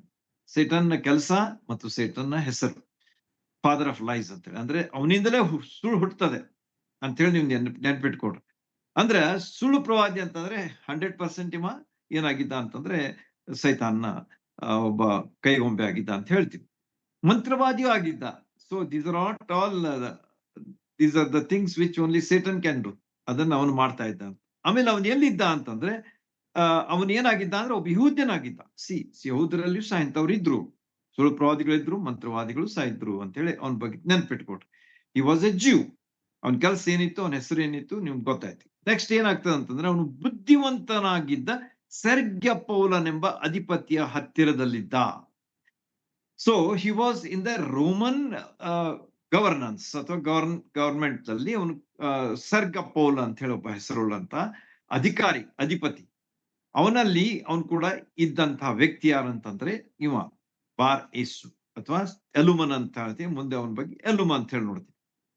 ಈ ರೀತಿಯಾಗಿ ಇವನು ಏನಾಗಿದ್ದ ಅಂತಂದ್ರೆ ಇವನು ಒಬ್ಬ ಅಧಿಪತಿ ಏನಾಗಿದ್ದ ಅಂತಂದ್ರೆ ಹಿ was A very good person. ಅಧಿಪತಿ ಅವನೇನಾಗಿದ್ದ, ದೇವ್ರ ವಾಕ್ಯ ಕೇಳುವಂತ ಅಪೇಕ್ಷೆ ಅವನಲ್ಲಿ ಇತ್ತು ಅಂತ ಹೇಳಿ ಇಲ್ಲಿ ನಮಗ ಹೇಳಲಾಗಿದೆ ನೋಡ್ರಿ. ಅವನು ನೋಡ್ರಿ ಅಧಿಪತಿಯ ಹತ್ತಿರದಿಲ್ಲ. ಈ ಅಧಿಪತಿಯು ಬಾರ್ನಬ ಸೌಲರನ್ನು ತನ್ನ ಬಳಿಗೆ ಕರೆಸಿ ದೇವರ ವಾಕ್ಯವನ್ನು ಕೇಳುವುದಕ್ಕೆ ಅಪೇಕ್ಷೆ ಇದೆ ಅದೇ ಎಂದು ಹೇಳಿದನು. So he was a willing person, he was a speaker ಅಂತ ಹೇಳ್ಬಹುದು. ಅವನು ಹುಡುಕ್ತಾ ಇದ್ದ ಏನಂತೇಳಿ, ದೇವ್ರ ವಾಕ್ಯ ನಾನು ಕೇಳಬೇಕು, ಯೇಸು ಸ್ವಾಮಿಯವ್ರ ಬಗ್ಗೆ ನಾನು ತಿಳ್ಕೊಳ್ಬೇಕು, ಹಳೆ ಒಡಂಬಡಿಕೆ ವಿಷಯಗಳನ್ನ ನಾನು ಅರ್ಥ ಮಾಡ್ಕೊಳ್ಬೇಕು ಅನ್ನುವಂತಹ ಒಂದು ಅಪೇಕ್ಷೆ ಅವನಲ್ಲಿ ಇತ್ತಂತ. ಎಷ್ಟು ಒಂದು ಒಳ್ಳೆಯ ಒಂದು ವಿಚಾರ ಆ ಸೆರ್ಗ ಪೌಲಸ್ ಬಗ್ಗೆ ನೋಡ್ತೀವಿ. ಅಧಿಪತಿ ಆದ್ರೆ ಇವನೇನ್ ಮಾಡ್ಬಿಟ್ಟ, ಅಧಿಪತಿ ಕೂಡ ಇರ್ತಿದ್ದ ಅವ. ಅವ್ರು ಬಂದ್ರು, ಯಾರು? ಪೌಲ ಮತ್ತು ಬಾರ್ನಬಾಸರು ಮತ್ತು ಜಾನ್ ಮಾರ್ಕ್ ಇವ್ರು ಅಲ್ಲಿ ಬಂದ್ರು. ಬಂದ ಕೂಡ್ಲೆ ಇವನೇನ್ ಮಾಡ್ಬಿಟ್ಟ ಅಂತಂದ್ರೆ ಅಡ್ಡಿ ಮಾಡ್ಲಿಕ್ಕತ್ತ ಅವ್ರಿಗೆ. ದೇವ್ರ ವಾಕ್ಯ ಹೇಳುವುದಕ್ಕಾಗಿ ಅಡ್ಡಿ ಮಾಡ್ಲಿಕ್ಕತ್ತ ಅಂತ ಹೇಳಿ ಬರ್ದದ್ ನೋಡ್ರಿ. ಅವರು ದೇವ್ರ ವಾಕ್ಯವನ್ನು ಕೇಳುವುದಕ್ಕೆ ಅಪೇಕ್ಷಿತೆ ಅಂತ ಹೇಳಿ ಅದಕ್ಕೆ ಆ ಮಂತ್ರವಾದಿ ಆದ ಎಲುಮನು ಅವರಿಗೆ ಎದುರು ನಿಂತು, ಅಂದ್ರೆ ಈ ಸ್ಟುಡ್ ಅಪೋಸಿಟ್, ಅವ್ರಿಗೆ ನೀವು ಮಾಡಬೇಡ್ರಿ ಅಂತೇಳಿ ಎದುರು ನಿಂತ ಅಂತೇಳಿ ಮೊದಲೇದಾಗಿ ಅದ್ರ ಬಗ್ಗೆ ಹೇಳ್ತಾನೆ. ಆಮೇಲೆ ಏನ್ ಹೇಳ್ತಾನೆ ಅಂತಂದ್ರೆ, ಅಧಿಪತಿಯು ಕ್ರಿಸ್ತನನ್ನು ನಂಬದ ಹಾಗೆ ಪ್ರಯತ್ನಿಸಿದನು. ನೋಡ್ರಿ, ಅಧಿಪತಿ ಕ್ರಿಸ್ತನನ್ನ ನಂಬಬೇಕು ಅನ್ನುವಂತಹ ಒಂದು ಅಪೇಕ್ಷೆ ಒಂದಲ್ಲಿದೆ. ಆದ್ರೆ ಈ ದುಷ್ಟ ವ್ಯಕ್ತಿ ಸೈತಾನನ ಒಂದು ಕೈಗೊಂಬೆ ಏನ್ ಮಾಡ್ಬಿಟ್ಟ ಅಂತಂದ್ರೆ, ಎದುರು ಎದುರು ಬಂದು ನಂಬದಂತೆ ಆತನು ಬಹಳಷ್ಟು ಅಡ್ಡಿಯನ್ನ ತರ್ತಾ ಇದ್ದ ಅಂತ ಹೇಳಿ ಅಲ್ಲಿ ಅದರ ಬಗ್ಗೆ ನೋಡ್ತೀವಿ. ಆದ್ರೂ ಕೂಡ ಏನಾಯ್ತು ಅಂತಂದ್ರೆ, ನಾವು ಅಟ್ ದಿಸ್ ಟೈಮ್ ಅಂದ್ರೆ 10 ವರ್ಷಗಳಿಂತಲೂ ಹೆಚ್ಚು ಕಳೆದು ಹೋಗಿವೆ. ಈಗ ನಾನು ನಿಮ್ಗೆ ಅಂತ್ಯೋಕ್ಯದಲ್ಲಿದ್ದಾಗಲೇ ಪೌಲನು ಎಷ್ಟು ವರ್ಷ ಆತನ ರಕ್ಷಣೆ ಹೊಂದಿದ ಮೇಲೆ ಎಷ್ಟು ವರ್ಷ ಆಗಿತ್ತು ಅಂತ ಹೇಳಿ ನಾನು ನಿಮ್ಗೆ ಹೇಳಿದ್ದೇನೆ ಈಗಾಗಲೇ. 10 ಇಯರ್ಸ್, 10+ ಇಯರ್ಸ್ ಈಗ ಅವನಿಗೆ ಅನುಭವ ಇದೆ ದೇವರ ಒಂದು ಅನ್ಯೋನ್ಯತೆಯಲ್ಲಿ, ದೇವರ ವಾಕ್ಯದ ಧ್ಯಾನದಲ್ಲಿ, ದೇವರ ವಾಕ್ಯದ ಉಪದೇಶದಲ್ಲಿ. Is a quite matured person ಅಂತ ಅವನ ಬಗ್ಗೆ ನಾವು ಹೇಳ್ಬೋದು. ಆದ ಕಾರಣ ಅವನು ಏನ್ ಮಾಡ್ಬಿಟ್ಟ ಅಂತಂದ್ರೆ, ಅವನು ಆ ಮಂತ್ರವಾದಿಗೆ ಏನ್ ಮಾಡ್ಬಿಟ್ಟ ಅಂತಂದ್ರೆ, ಹಿ ಸ್ಟಾರ್ಟೆಡ್, ಅವನಿಗೆ ನೋಡ್ರಿ ಹೇಳ್ತಾನೆ ಇಲ್ಲಿ ನಮಗ 9ನೇ ವಚನದಲ್ಲಿ, ಎಲ್ಲಾ ಮೋಸದಿಂದಲೂ ಎಲ್ಲಾ ಕೆಟ್ಟತನದಿಂದಲೂ ತುಂಬಿರುವವನೇ. ನೋಡ್ರಿ ಎಷ್ಟು ಒಂದು ಧೈರ್ಯ ಈಗ ಪೌಲನಿಗೆ ಬಂದದೆ. ಮುಖಾಮುಖಿಯಾಗಿ ಆತನು ಮಾತಾಡ್ತಾ ಇದ್ದಾನೆ, ಧೈರ್ಯದಿಂದ ಮಾತಾಡ್ತಾ ಇದ್ದಾನೆ. ಅಧಿಪತಿಯ ಕೂಡ ಇರುವಂತಹ ಮನುಷ್ಯ ನನಗೇನಾದೀತಪ್ಪ ಅಂತ ಹೇಳಿ ಅವನಿಗೆ ಯಾವ ಭಯ ಇಲ್ಲ. ಈಗ ಅವನೇನ್ ಹೇಳ್ತಾ ಇದ್ದಾನೆ ನೋಡ್ರಿ, ಎಲ್ಲೋ ಎಲ್ಲಾ ಮೋಸದಿಂದಲೂ ಎಲ್ಲಾ ಕೆಟ್ಟತನದಿಂದಲೂ ತುಂಬಿರುವವನೇ, ಸೈತಾನನ ಮಗನೇ, ಎಲ್ಲಾ ನೀತಿಗೂ ವಿರೋಧಿಯೇ, ನೀನು ಕರ್ತನ ನೀಟಾದ ಮಾರ್ಗವನ್ನು ಡೊಂಕು ಮಾಡುವುದನ್ನು ಬಿಡುವುದಿಲ್ಲವೋ? ಇಗೋ ಕರ್ತನು ನಿನ್ನ ಮೇಲೆ ಕೈ ಎತ್ತಿದ್ದಾನೆ, ನೀನು ಕುರುಡನಾಗಿ ಕೆಲವು ಕಾಲ ಸೂರ್ಯನನ್ನು ಕಾಣದೇ ಇರುವಿ ಎಂದು ಹೇಳಿದನು. ಆ ಕ್ಷಣವೇ ಅವನಿಗೆ ಕಣ್ಣು ಮೊಬ್ಬಾಗಿ ಕತ್ತಲೆ ಉಂಟಾಯಿತು. ನೋಡಿ, so powerful is the ministry of Paul ಅಂತ ಹೇಳಿ ನಮಗ ಇಲ್ಲಿ ಕಂಡು ಬರ್ತದೆ. ನಾವು ಇಸ್ ಸೋ ಮೆಚ್ಯೂರಿಂಗ್, ಯಾವ ರೀತಿಯಾಗಿ ನಾವು ಯೇಸು ಸ್ವಾಮಿ ಅವರಲ್ಲಿ ನಾವು ಪರಿಪಕ್ವರಾಗ್ತಾ ಹೋಗ್ತೇವೆ, ಅವಾಗ ಇಂಥ ವಿಷಯಗಳನ್ನ ನಾವು ನಮ್ಮ ಜೀವನದಲ್ಲಿ ನಾವು ಅನುಭವಿಸ್ಲಿಕ್ಕೆ ಸಾಧ್ಯ ಆಗ್ತದೆ. ಆದ ಕಾರಣ ನಾನು ನಿಮ್ಮ ಮೇಲಿನ ಮೇಲೆ ಹೇಳ್ತಿರ್ತೇನೆ, ಹೆಚ್ಚು ದೇವ್ರ ವಾಕ್ಯ ಓದ್ರಿ, ಹೆಚ್ಚು ಪ್ರಾರ್ಥನೆ ಮಾಡ್ರಿ, ಹೆಚ್ಚು ಸಾಕ್ಷಿ ಕೊಡ್ರಿ, ಹೆಚ್ಚು ನೀವು ಸಭೆಯ ಅನ್ಯೋನ್ಯತೆಯಲ್ಲಿ ಇರ್ರಿ, 4 ವಿಷಯಗಳನ್ನ ನೆನಪಿಟ್ಕೊಳ್ರಿ, ಅವುಗಳನ್ನ ಮಾಡುವುದರಲ್ಲಿ ಹಿಂದೆ ಬೀಳಬೇಡ್ರಿ, ಯಾವುದೇ ವಿಷಯಗಳು ನಿಮ್ಗೆ ಅಡ್ಡ ಬರಬಾರ್ದು, ನೀವು ಇದನ್ನು ಮಾಡುವುದರಲ್ಲಿ ಮುಂದೆ ಹೋಗ್ರಿ. ಆಗ ಏನಾಗ್ತದೆ ಅಂತಂದ್ರೆ, you will be able to experience the power of God in your life. ಪೌಲ ಎಷ್ಟು ಬಲವಾಗಿ ಹೇಳ್ತಾ ಇದ್ದಾನೆ, ಮತ್ತು ಅವನಿಗೆ ದೇವರ ಆತ್ಮನಿಂದ ಪ್ರೇರಿತನಾಗಿ ಅವನು ಹೇಳ್ಬಿಟ್ಟ, ನೀನು ಕಣ್ಣು ಕಾಣುವುದಿಲ್ಲ ಅಂತ ಹೇಳುವಾಗ ಕಣ್ಣು ಕಾಣದೆ ಹೋಯ್ತು. ಅವನೇನ್ ಮಾಡ್ದ ಅಂತಂದ್ರೆ, ಯಾರು ನನ್ನನ್ನು ಕೈ ಹಿಡಿದು ಕರ್ಕೊಂಡು ಅಡ್ಡಾಡಿಸ್ತಾರೆ ಅನ್ನುವಂತ ಹುಡುಕ್ಲಿಕ್ಕೆ ಹೋದ ಅಂತ ಸ್ಥಿತಿ ಆಯ್ತು. ಅವನು ಸ್ವಾರ್ಥಿಗೆ ಅಡ್ಡ ಬಂದಂತಹ ವ್ಯಕ್ತಿ, ಒಬ್ಬ ವ್ಯಕ್ತಿ ರಕ್ಷಣೆ ಹೊಂದುವುದಕ್ಕಾಗಿ ಅಡ್ಡ ಬಂದಂತಹ ವ್ಯಕ್ತಿಯ ಸ್ಥಿತಿ ಏನಾಯ್ತು ಅಂತ ಹೇಳಿ ನೋಡುವಾಗ ಭಯಂಕರ ಸ್ಥಿತಿ ಆಯ್ತು. ಒಂದು ಕಣ್ಣು ಕಾಣದೆ ಹೋದ ಅಂತ ಹೇಳಿ ಅವನ ಬಗ್ಗೆ ಅಲ್ಲಿ ಗೊತ್ತೇವೆ. ಅಷ್ಟೇ ಅಲ್ಲದೆ ನಾವು ಮುಂದೆ ಕೊನೆಯದಾಗಿ 12ನೇ ವಚನಕ್ಕೆ ಬರುವಾಗ, ಈ ಸಂಗತಿಗಳನ್ನು ನೋಡಿ ಕರ್ತನ ಬೋಧನೆಗೆ ಅತ್ಯಾಶ್ಚರ್ಯಪಟ್ಟು ನಂಬುವನಾದನು. ಯಾರು? ಅಧಿಪತಿಯು. ನೋಡ್ರಿ, ಅಧಿಪತಿಯಲ್ಲಿ ಏನಿತ್ತು? ಅಪೇಕ್ಷೆ ಇತ್ತು. ಅಪೇಕ್ಷೆಗೆ ದೇವರು ಏನ್ ಮಾಡ್ಬಿಟ್ಟ ಅಂತಂದ್ರೆ, ಸ್ವಾರ್ಥೆಯ ಫಲವನ್ನ, ಅಂದ್ರೆ ಸ್ವಾರ್ಥೆಯ ಒಂದು ಕಾರ್ಯವನ್ನ ಪವಿತ್ರಾತ್ಮನ ಮೂಲಕವಾಗಿ ಅಲ್ಲಿ ಸೌಲ ಬಾರ್ನಬರನ್ನ ಉಪಯೋಗಿಸಿಕೊಂಡು ಕಾರ್ಯವನ್ನ ಮಾಡಿದ ಕಾರಣ ಅಧಿಪತಿ ಏನಾದ ಅಂತಂದ್ರೆ, ಅವನು ಕರ್ತನ ಬೋಧನೆಗೆ ಆಶ್ಚರ್ಯಪಟ್ಟು ನಂಬುವವನಾದನು. ನೋಡ್ರಿ, ರಕ್ಷಣೆಯನ್ನ ಹೊಂದಿದನು ಅಂತ ಹೇಳಿ ಅವನ ಬಗ್ಗೆ ನೋಡ್ತೀವಿ. ಎಷ್ಟು ಅದ್ಭುತವಾದಂತ ಫಲ ಅಲ್ಲಿ ಉಂಟಾಗ್ತದೆ ಸ್ವಾರ್ಥ ಸೇವೆಯಲ್ಲಿ, ಮೊದಲೇ ಒಂದು ಪ್ರಯಾಣದಲ್ಲಿ. ಸಮಯ ದಾಟ್ತಾ ಇದೆಯಾ, ಅದ ಕಾರಣ ಸ್ವಲ್ಪ ನಾನು ಫಾಸ್ಟ್ ಹೋಗ್ಬೇಕು, ಯಾಕಂದ್ರೆ I am just going to cover almost about half a portion. ಯಾಕಂದ್ರೆ 52 ವಚನಗಳೇ ಇವೆ ಅದರಲ್ಲಿ ಆಲ್ಮೋಸ್ಟ್. ಅದ ಕಾರಣ ಅಷ್ಟು ಇವತ್ತು ಕವರ್ ಮಾಡ್ಲಿಕ್ಕೆ ಆಗುದಿಲ್ಲ. So I will try to cover up to 35 to 37 ಅಂತ ಹೇಳಿ ಒಂದು ಇದೆ. ಆದ ಕಾರಣ ಸ್ವಲ್ಪ ಫಾಸ್ಟ್ ಆಗಿ ಹೋಗಿ ಇದನ್ನ ಕಂಡ್ಕೊಳ್ಳಿಕ್ಕೆ ಪ್ರಯತ್ನ ಮಾಡೋಣ. ಲಕ್ಷ್ಯ ಕೊಟ್ಟು ಕೇಳ್ರಿ ಮತ್ತು ಇದನ್ನ ಆನಂದಿಸ್ರಿ, ಅನುಭವಿಸ್ರಿ. ಈಗ ನೋಡ್ರಿ, ಒಂದು ನೇರವಾಗಿ ನಾವು ಇಲ್ಲಿ ನೋಡ್ತಾ ಇದ್ದೇವೆ ಸ್ವಾರ್ಥೆಯ ಫಲ. ಅದು ಎಷ್ಟು ಸುಂದರವಾಗಿತ್ತು, ಎಷ್ಟು ಅದ್ಭುತವಾಗಿತ್ತು.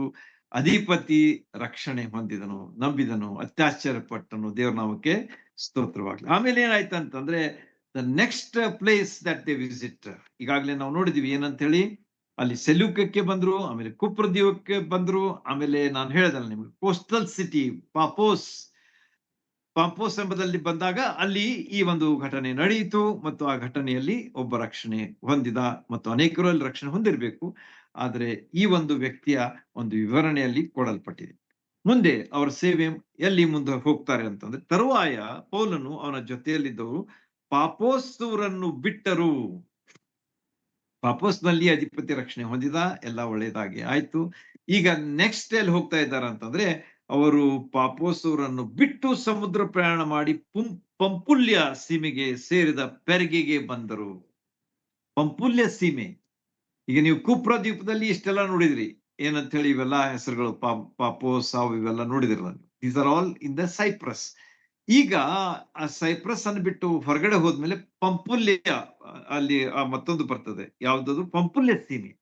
ಆ ಪಂಪುಲ್ಯ ಸೀಮೆಯ ಪೆರ್ಗೆಗೆ ಬಂದರು. ಇದೆಲ್ಲಿದೆ ಅಂತಂದ್ರೆ, ಈಗ ನೀವು ಆ ಕುಪ್ರದ್ವೀಪ ಆ ಒಂದು ಕೋಸ್ಟಲ್ ಸಿಟಿ ನೋಡಿದ್ರಲ್ಲ, ಅದರ ಮೇಲ್ಗಡೆ ಹೋಗ್ಬೇಕು ನೀವು. You have to just climb up, ಮೇಲಿನ ಭಾಗಕ್ಕೆ ನೀವು ಹೋಗ್ಬೇಕು. ನೆನ್ಪಿಟ್ಕೊಡ್ರಿ, ಅಂತ್ಯೋಕ್ಯದಿಂದ ಲೆಫ್ಟ್ ಬಂದಿದ್ದೀರಿ, ಈಗ ಲೆಫ್ಟ್ ಹೋಗ್ತಾ ಇದ್ರಿ, ಅಲ್ಲಿ ಕುಪ್ರದ್ವೀಪ ಪಂಪುಲ್ಯಕ್ಕೆ ಬಂದ್ರಿ, ಅದಾದ್ಮೇಲೆ ಪಾಪೋಸ್ ಆದ್ಮೇಲೆ ಈಗ ನೆಕ್ಸ್ಟ್ ಎಲ್ಲಿ ಬಂದ್ರಿ ಅಂತಂದ್ರೆ, ಇದು ಪಂಪುಲ್ಯ ಸೀಮೆಗೆ ಬಂದ್ರಿ. ಅಲ್ಲಿರ್ತಕ್ಕಂಥ ಪೆರ್ಗೆ, ಆ ಊರಿನಲ್ಲಿ ಒಂದು ಘಟನೆಯನ್ನ ಅಲ್ಲಿ ಆದದ್ದನ್ನ ನಾವು ಇಲ್ಲಿ ಮುಂದೆ ಓದ್ತೇವೆ. ಯೋಹಾನ್ ಅವ್ರನ್ನ ಬಿಟ್ಟು ಹಿಂತಿರುಗಿ ಯೆರೂಸಲೇಮಿಗೆ ಹೋದನು. ನಾ ಹೇಳ್ದಲ್ಲ ನಿಮ್ಗೆ, ನೆಕ್ಸ್ಟ್ ಏನಾಗ್ತದೆ ಜಾನ್ ಮಾರ್ಕ್ ಬಗ್ಗೆ, ಅವನ ಬಗ್ಗೆ ಇಲ್ಲಿ ನಾವು ನೋಡ್ತೀವಿ. ಜಾನ್ ಮಾರ್ಕ್ ಏನಾದ ಅಂತಂದ್ರೆ, ಹಿ ಲೆಫ್ಟ್ ಯಾರು ಇವನನ್ನ ಬಾರ್ನಬ ಮತ್ತು ಪೌಲರನ್ನ ಆತನು ಬಿಟ್ಟು ಹೋದನು ಅಂತೇಳಿ ಅವನ ಬಗ್ಗೆ ನಾವು ಕಾಣ್ತೇವೆ. ಇದರ ಒಂದು ಕಾರಣ ಬಹಳ ಅನೇಕ ಕಾರಣಗಳು ಇರಬಹುದು. ಆದ್ರೆ ನಾವು ಜಸ್ಟ್ ಫಾರ್ ಯುವರ್ ರೆಫರೆನ್ಸ್, ಇದು ಬೈಬಲ್ದಲ್ಲಿ ಬರೋದಿಲ್ಲ, ಅಂದ್ರೆ ನಾವು ಅದನ್ನ ಅಭ್ಯಾಸ ಮಾಡಿ ತಿಳ್ಕೊಳ್ಬಹುದು ಅದಂತ ಹೇಳಿ ನಾನು ನಿಮ್ಗೆ ಜಸ್ಟ್ ಒಂದು ಹೇಳ್ತಾ ಇದ್ದೇನೆ, ಕ್ಲೂ ಕೊಡ್ತಾ ಇದ್ದೇನೆ. ಅದು ಬಿಟ್ಟು ಹೋಗ್ಲಿಕ್ಕೆ ಕಾರಣ ಏನಂತಂದ್ರೆ, ಮಧ್ಯದಾಗಿ ದ ಲೀಡರ್ಶಿಪ್ ಚೇಂಜ್ಡ್. ಇಷ್ಟು ದಿವಸ ಬಾರ್ನಬ ಸೌಲರು ಅಂತ ಹೇಳಿತ್ತು. ಈಗ ನೀವು 13ನೇ ವಚನಕ್ಕೆ ಬರುವಾಗ ಅಲ್ಲಿ ಒಂದು ಮಾತು, ಈಗ 13ನೇ ವಚನಕ್ಕೆ ಬರುವಾಗ ಅಲ್ಲಿ ಒಂದು ಮಾತು ಬರ್ತದೆ ನೋಡ್ರಿ. ಅಲ್ಲಿ ಏನಂತಂದ್ರೆ 9ನೇ ವಚನದಲ್ಲಿ ನಾ ಹೇಳಿದೆ ನೇಮ್ ಹೆಂಗ್ ಚೇಂಜ್ ಆಗ್ತಂತ. ಆಗ ಪೌಲನೆನಿಸಿಕೊಳ್ಳುವ ಸೌಲನು, ಇಷ್ಟು ದಿವಸ ಅವನು ಸೌಲ ಅನ್ಸ್ಕೊಳ್ತಿದ್ದ. ಆದ್ರೆ ಈಗ ಇವತ್ತಿನಿಂದ ಮುಂದೆ ಅವನಿಗೆ ಏನ್ ಕರೀಲಿಕ್ಕೆ ಶುರು ಮಾಡ್ತಾರ ಅಂತಂದ್ರೆ ಪಾಲ್ ಅಂತ. The person is same, but there are 2 names ಅಂತ ಹೇಳಿ. ಅಂದ್ರೆ ನಾನು ಹೇಳಿದೆ ನಿಮಗೆ, ಯಹೂದ್ಯ ಹೆಸರು ಸೌಲ ಆಗಿತ್ತು. ಈಗ ಅವನು ಯಹೂದ್ಯರ ಸೀಮೆ ಬಿಟ್ಟು ಹೊರಗೆ ಬಂದು ಸೇವ್ ಮಾಡ್ತಾ ಇದ್ದಾನೆ. ಆದ ಕಾರಣ ಅವನಿಗೆ ಪಾಲ್, ರೋಮನ್ ನೇಮ್ ಅಂತ ಹೇಳಿ ಅವನಿಗೆ ಪಾಲ್ ಅಂತ ಹೇಳಿ ಕರೀಲಿಕ್ಕೆ ಶುರು ಮಾಡಿದ್ರು ಅಂತ ಹೇಳಿ ಇದರ ಹಿನ್ನೆಲೆ. ಹೀಗೆ ಇನ್ನು ಮೇಲೆ ನಾವು ಯಾವ ರೀತಿಯಾಗಿ ನೋಡ್ತೀವಿ ಅಂತಂದ್ರೆ, ಬಾರ್ನಬ ಸೌಲರು ಹೋಗಿ ಈಗ ಅವರ ಕಾಂಬಿನೇಷನ್ ಹೆಸರು ಹೆಂಗ್ ಚೇಂಜ್ ಆಗ್ತದೆ ಅಂತಂದ್ರೆ, ಪೌಲ ಬಾರ್ನಬರು ಲೆಕ್ಕ. ಅಂದ್ರೆ ನೆನ್ಪಿಟ್ಕೊಳ್ರಿ ಇದನ್ನ, ನಾನು ಯಾಕೆ ಇದನ್ನ ಹೇಳ್ತಾ ಇದ್ದೇನೆ ಅಂತ, these are all the interesting things that you should note. ಮೊದಲಿಗೆ ಅವರು ಬಾರ್ನಬ ಸೌಲರ್ ಅಂತ ಕರೆಯಲ್ಪಡ್ತಿದ್ರು. ಈಗ ಸೌಲ ಲೀಡರ್ಶಿಪ್ ತಗೋತಾನೆ. ಈಗ he takes the leadership and he is called by name Paul because he is going to the heathens, ಅಂದ್ರೆ ಅನ್ಯರ ಮಧ್ಯದಲ್ಲಿ ಅವನು ಸೇವೆ ಮಾಡೋದಕ್ಕೆ ಹೋದ. ಆದ ಕಾರಣ ಯಹೂದ್ಯರ ಹೆಸರಿಗಿಂತಲೂ ಹೆಚ್ಚಾಗಿ ಅನ್ಯ ಹೆಸರು ಅವನಿಗೆ ಸ್ವಲ್ಪ ಸಮಂಜಸವಾಗಿ ಕಾಣಿತು ಅಂತ ಹೇಳಿ ಅನಿಸ್ತದೆ. ಆದ ಕಾರಣ ಅವನು ಪಾಲ್ ಅಂತ ಹೇಳಿ ಕರೆಯಲ್ಪಟ್ಟವನಾಗಿ ಲೀಡರ್ಶಿಪ್ ತಗೊಂಡ್ಮೇಲೆ ಪಾಲ್ ಅಂಡ್ ಬಾರ್ನಬಸ್ ಎಂಬುದಾಗಿ ಅವರ ಒಂದು ಅಲ್ಲಿಯ ಒಂದು ಹೆಸರು ಅಲ್ಲಿ ಬರ್ತದೆ ಆ ಗುಂಪಿಗೆ ಅಂತ ಹೇಳಿ. ಮೊದಲೇದಾಗಿ ಈ ಒಂದು ಲೀಡರ್ಶಿಪ್ ಚೇಂಜ್ ಆಗಕ್ಕೂ ಸ್ವಲ್ಪ ಅನ್ಕಂಫರ್ಟೇಬಲ್ ಆಗಿರಬಹುದು ಅನಿಸ್ತದೆ. ಇಲ್ಲ ಬಿಡ್ರಿ, ಅದು ಅನ್ಯರ ವಿಷಯವಾಗಿ ಯಹೂದ್ಯರ ವಿಷಯವಾಗಿ ಒಂದು ಪ್ರೀಚ್ ಮಾಡುವಂಥದ್ದು it was quite difficult thing. ಯಹೂದ್ಯರ ಮಧ್ಯದಲ್ಲಿ ಸೇವ್ ಮಾಡುವುದು ಮತ್ತು ಅನ್ಯರ ಮಧ್ಯದಲ್ಲಿ ಸೇವ್ ಮಾಡುವುದು, ಸ್ವಾರ್ಥಿ ಹೇಳುವುದು, it was quite different. These are 2 different spheres, different groups of people. ಅದ ಕಾರಣ ಸ್ವಲ್ಪ ಅವನಿಗೆ ಕಠಿಣ ಅನ್ಸಿರ್ಬೋದು. ಮೂರನೇದಾಗಿ ನಾವು ನೋಡುವಾಗ, ಅವನು ಈಗ ಮುಂದಿನ ಒಂದು ಪ್ರದೇಶಕ್ಕೆ ಹೋಗ್ಬೇಕಾದ್ರೆ ಬಹಳಷ್ಟು ದುರ್ಗಮವಾದಂತಹ ಬೆಟ್ಟದ ಪ್ರದೇಶಗಳಲ್ಲಿ ಪ್ರಯಾಣ ಮಾಡ್ಬೇಕಾಗಿತ್ತು. ಅವನು ಯವನಸ್ಥನಿದ್ದ. ಆದ ಕಾರಣ may be he would have felt it's a Herculean task, ಅಥವಾ ಬಹಳಷ್ಟು ಕಠಿಣವಾದ ಕೆಲಸ. ಆದ ಕಾರಣ ನನಗೆ ಆಗ್ತದೋ ಇಲ್ಲೋ ಅನ್ನುವಂಥ ಕಾನ್ಫಿಡೆನ್ಸ್ ಅವನಿಗೆ ಇತ್ತೋ ಇಲ್ಲೋ ಗೊತ್ತಿಲ್ಲ. ಆದ ಕಾರಣ ಅವನೇನ್ ಮಾಡ್ಬಿಟ್ಟ, ಹಿಂದುಳಿದ್ ಬಿಟ್ಟ. ಅದು ಒಂದು ರೀಸನ್ ಇರ್ಬೋದು. ಅಥವಾ ಪೆರ್ಗೆದಲ್ಲಿ ಒಂದು ಪೆರ್ಗ ಅಂತ ಹೇಳಿ ನಾವು ನೋಡಿದ್ವಲ್ಲ, ಈಗ ಅಲ್ಲಿ ಬರ್ತಾರೆ, ಅಲ್ಲಿ ಒಂದು ಪ್ರಾಬ್ಲಮ್ ಇತ್ತು, ಹೆಲ್ತ್ ಪ್ರಾಬ್ಲಮ್. ಅಲ್ಲಿ ಮಲೇರಿಯಾ ಇತ್ತು ಅಂತ ಹೇಳಿ ನಮಗ, ನೀವು ಹಿಸ್ಟ್ರಿ ಓದಿದ್ರೆ ಗೊತ್ತಾಗ್ತದೆ. ಆ ಮಲೇರಿಯಾದಿಂದ ಬಹಳಷ್ಟು ಜನರಲ್ಲಿ ಬಳಲ್ತಾ ಇದ್ರು. ಅಲ್ಲಿ ಹೋಗಿ ಇವರು ಸೇವ್ ಮಾಡ್ಬೇಕಾಗಿತ್ತು. ಆದ ಕಾರಣ ನಮಗೂ ಏನಾಗ್ತದೆ ಗೊತ್ತಿಲ್ಲ ಎನ್ನುವಂತ ಒಂದು ಭಯಾನೂ ಅವನಿಗಿರ್ಬೋದು.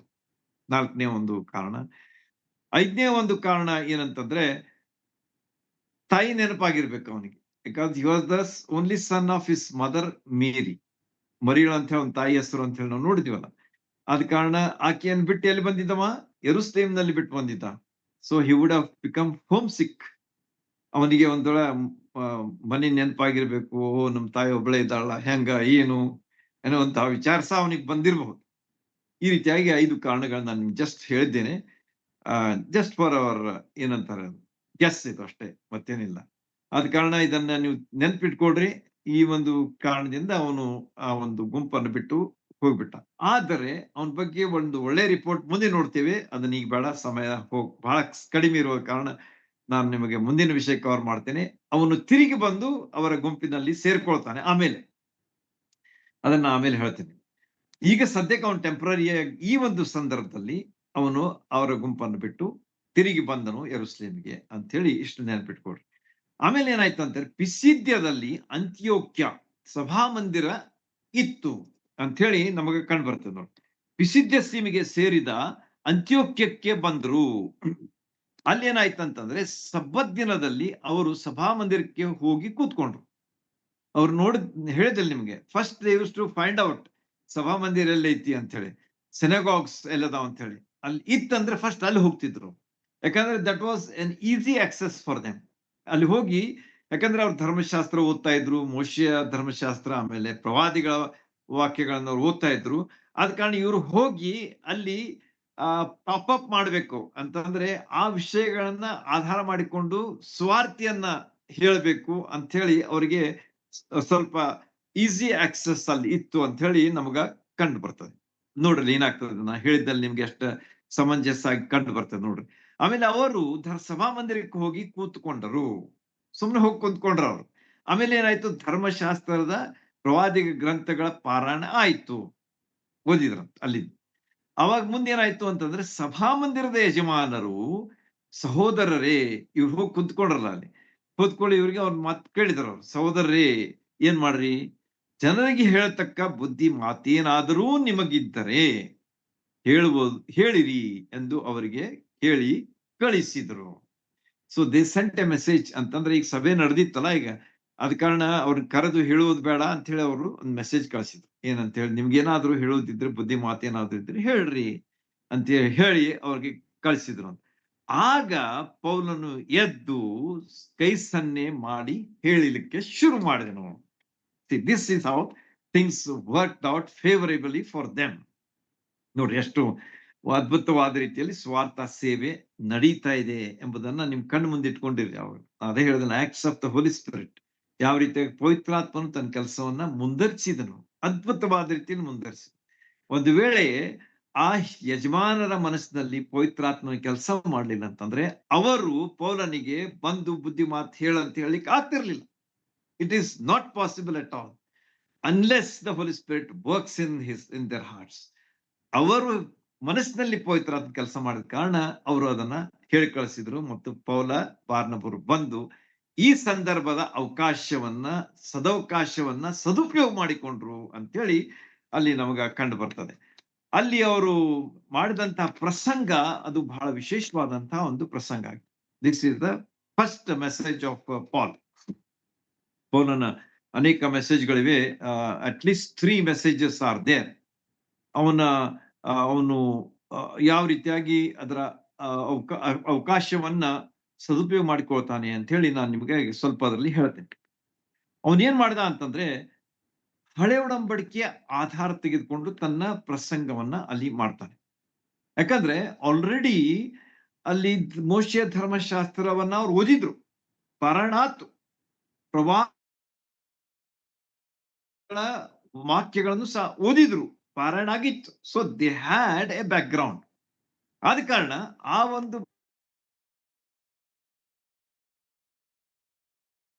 ಬ್ಯಾಕ್ ಗ್ರೌಂಡ್ ಅನ್ನ ಅಥವಾ ಒಂದು ಫೌಂಡೇಶನ್ ಅನ್ನ ಏನ್ ಹೇಳ್ತಾನೆ ಅಂತಂದ್ರೆ ಮೆಸ್ಸಿಯನ ವಿಷಯವಾಗಿ ಹೇಳ್ತಾನೆ.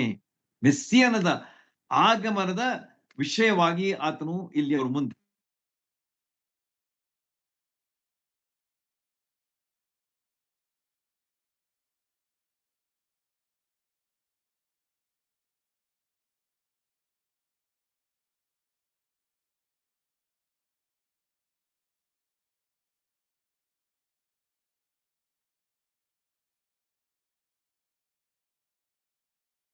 ಅಂದ್ರೆ ಎಷ್ಟು ಉತ್ತಮವಾದ ರೀತಿಯಲ್ಲಿ ಆ ಒಂದು ಸಂದರ್ಭದ ಸದುಪಯೋಗವನ್ನ ಪೌಲನು ಮಾಡಿಕೊಳ್ತಾ ಇದ್ದಾನೆ ಅಂತ ಹೇಳಿ ನಿಮ್ಗೆ ಇಲ್ಲಿ ತಿಳಿದು ಬರ್ತದೆ.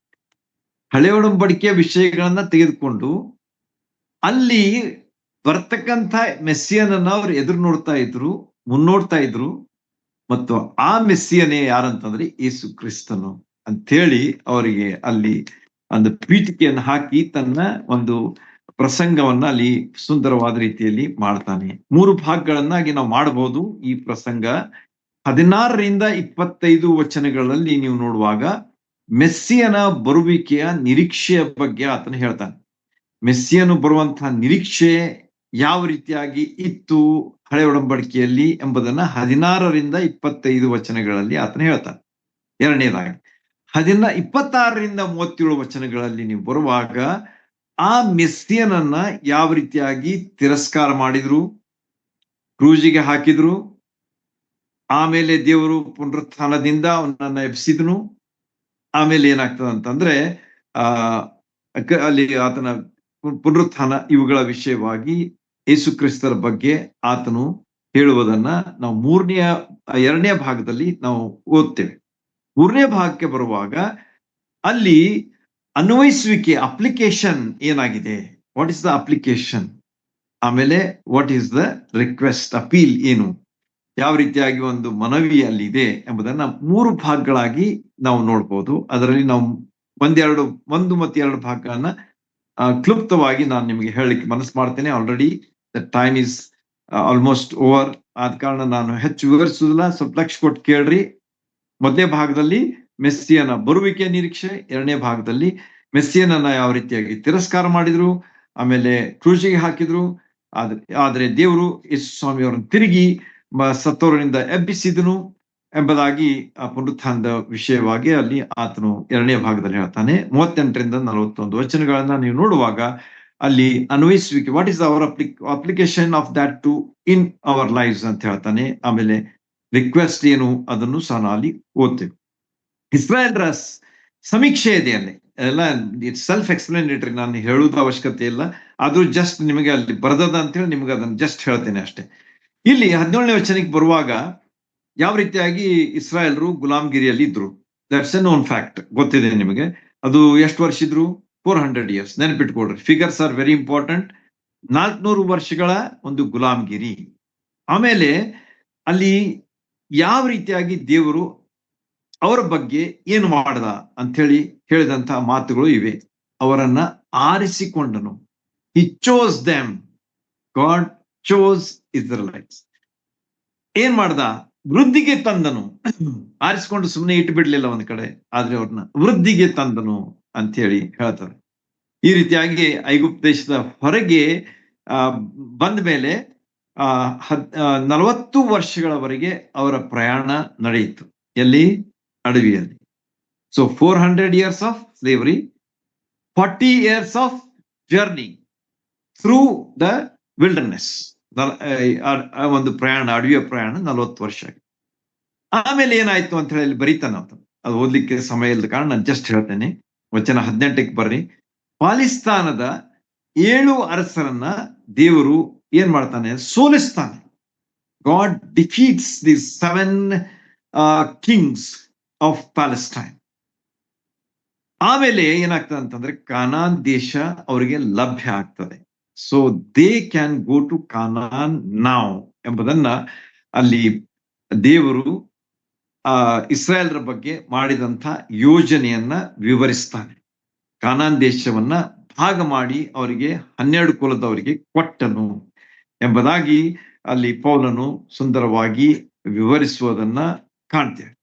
ಈ ರೀತಿಯಾಗಿ 400 ವರ್ಷ, 40 ವರ್ಷ, 10 ವರ್ಷ, total 450 years of the history of Israel is preached.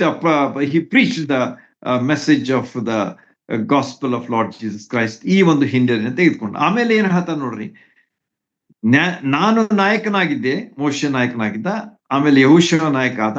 ಆಮೇಲೆ ಏನಾಯ್ತು ಅಂತಂದ್ರೆ ನ್ಯಾಯಸ್ಥಾಪಕರು ಬಂದ್ರು, ಜಡ್ಜಸ್ ಕೇಮ್, ಅವರು ಈ ಇಸ್ರಾಯೇಲನ್ನ ಆಳಿದ್ರು. ಅದಾದ್ಮೇಲೆ ಇಸ್ರಾಯೇಲ್ ಅಂತಾರೆ ನಮಗೊಬ್ಬ ಆರಿಸಬೇಕು, ಯಾಕಂದ್ರೆ ಬೇರೆಯವರಿಗೆಲ್ಲ ಆರಿಸಲಿದ್ದಾರೆ, ಬೇರೆ ಜನಾಂಗಗಳಿಗೆ ನಮಗೂ ಒಬ್ಬ ಆರಿಸಬೇಕು. That was their demand and that was their choice. ಅದಕ್ಕೋಸ್ಕರವಾಗಿ ಅವರು ಸೌಲನನ್ನ ದೇವರು ಅವನಿಗೆ ಅವರು ಆರಿಸಿಕೊಟ್ರು. God gave Saul to them, but it was not God's choice. ನೆನಪಿಟ್ಕೊಡ್ರು, ಗಾಡ್ಸ್ ಚಾಯ್ಸ್ ಬರ್ತಾನೆ ಯಾರಂತಂದ್ರೆ ದಾವೀದ. ನೆಕ್ಸ್ಟ್ ಬರ್ತದಲ್ಲಿ 22ನೇ ವಚನಕ್ಕೆ ನೀವು ಬರುವಾಗ ಅಲ್ಲಿ 40 ವರ್ಷ ಸೌಲ ಆಳಿದ, ಮನುಷ್ಯ ಆರಿಸಿದಂಥವ್ರು. ಆಮೇಲೆ ದೇವರು ಅವನನ್ನ ತೆಗೆದು ದಾವೀದನನ್ನ ಅಲ್ಲಿ ಅರಸನನ್ನಾಗಿ ಅಭಿಷೇಕಿಸ್ತಾನೆ. ಅವನು 40 ವರ್ಷ ಆಳಿದ. ಅವನ ಬಗ್ಗೆ ಒಂದು ಸಾಕ್ಷ್ಯನ್ ಕೊಡ್ತಾನೆ, ನನಗೆ ಒಪ್ಪುವಂತ ಮನುಷ್ಯ, ನನ್ನ ಇಚ್ಛಾಶೆಯನ್ನ ನೆರವೇರಿಸುವಂತ ಮನುಷ್ಯ ಯಾರಂತಂದ್ರೆ, ನನ್ನ ಇಷ್ಟವನ್ನೆಲ್ಲ ನೆರವೇರಿಸುವವನು ಯಾರಂತಂದ್ರೆ ದಾವೀದ ಅಂತೇಳಿ ದಾವೀದನ ಬಗ್ಗೆ ಸುಂದರವಾದಂತ ಒಳ್ಳೆಯ ಒಂದು ಅಭಿಪ್ರಾಯವನ್ನ ಅಥವಾ ಒಂದು ಒಳ್ಳೆಯ ಶೀರ್ಷಿಕೆಯನ್ನ ದೇವರು ಕೊಡುವುದನ್ನ ನಾವು ನೋಡ್ತಿದ್ದ. Man after God's own heart, ಅಂದ್ರೆ ದೇವರಿಗೆ ಒಪ್ಪುವ ಮನುಷ್ಯನು ಎಂಬುದಾಗಿ ಕರೆಯಲ್ಪಡ್ತಾನೆ ದಾವೀದನು.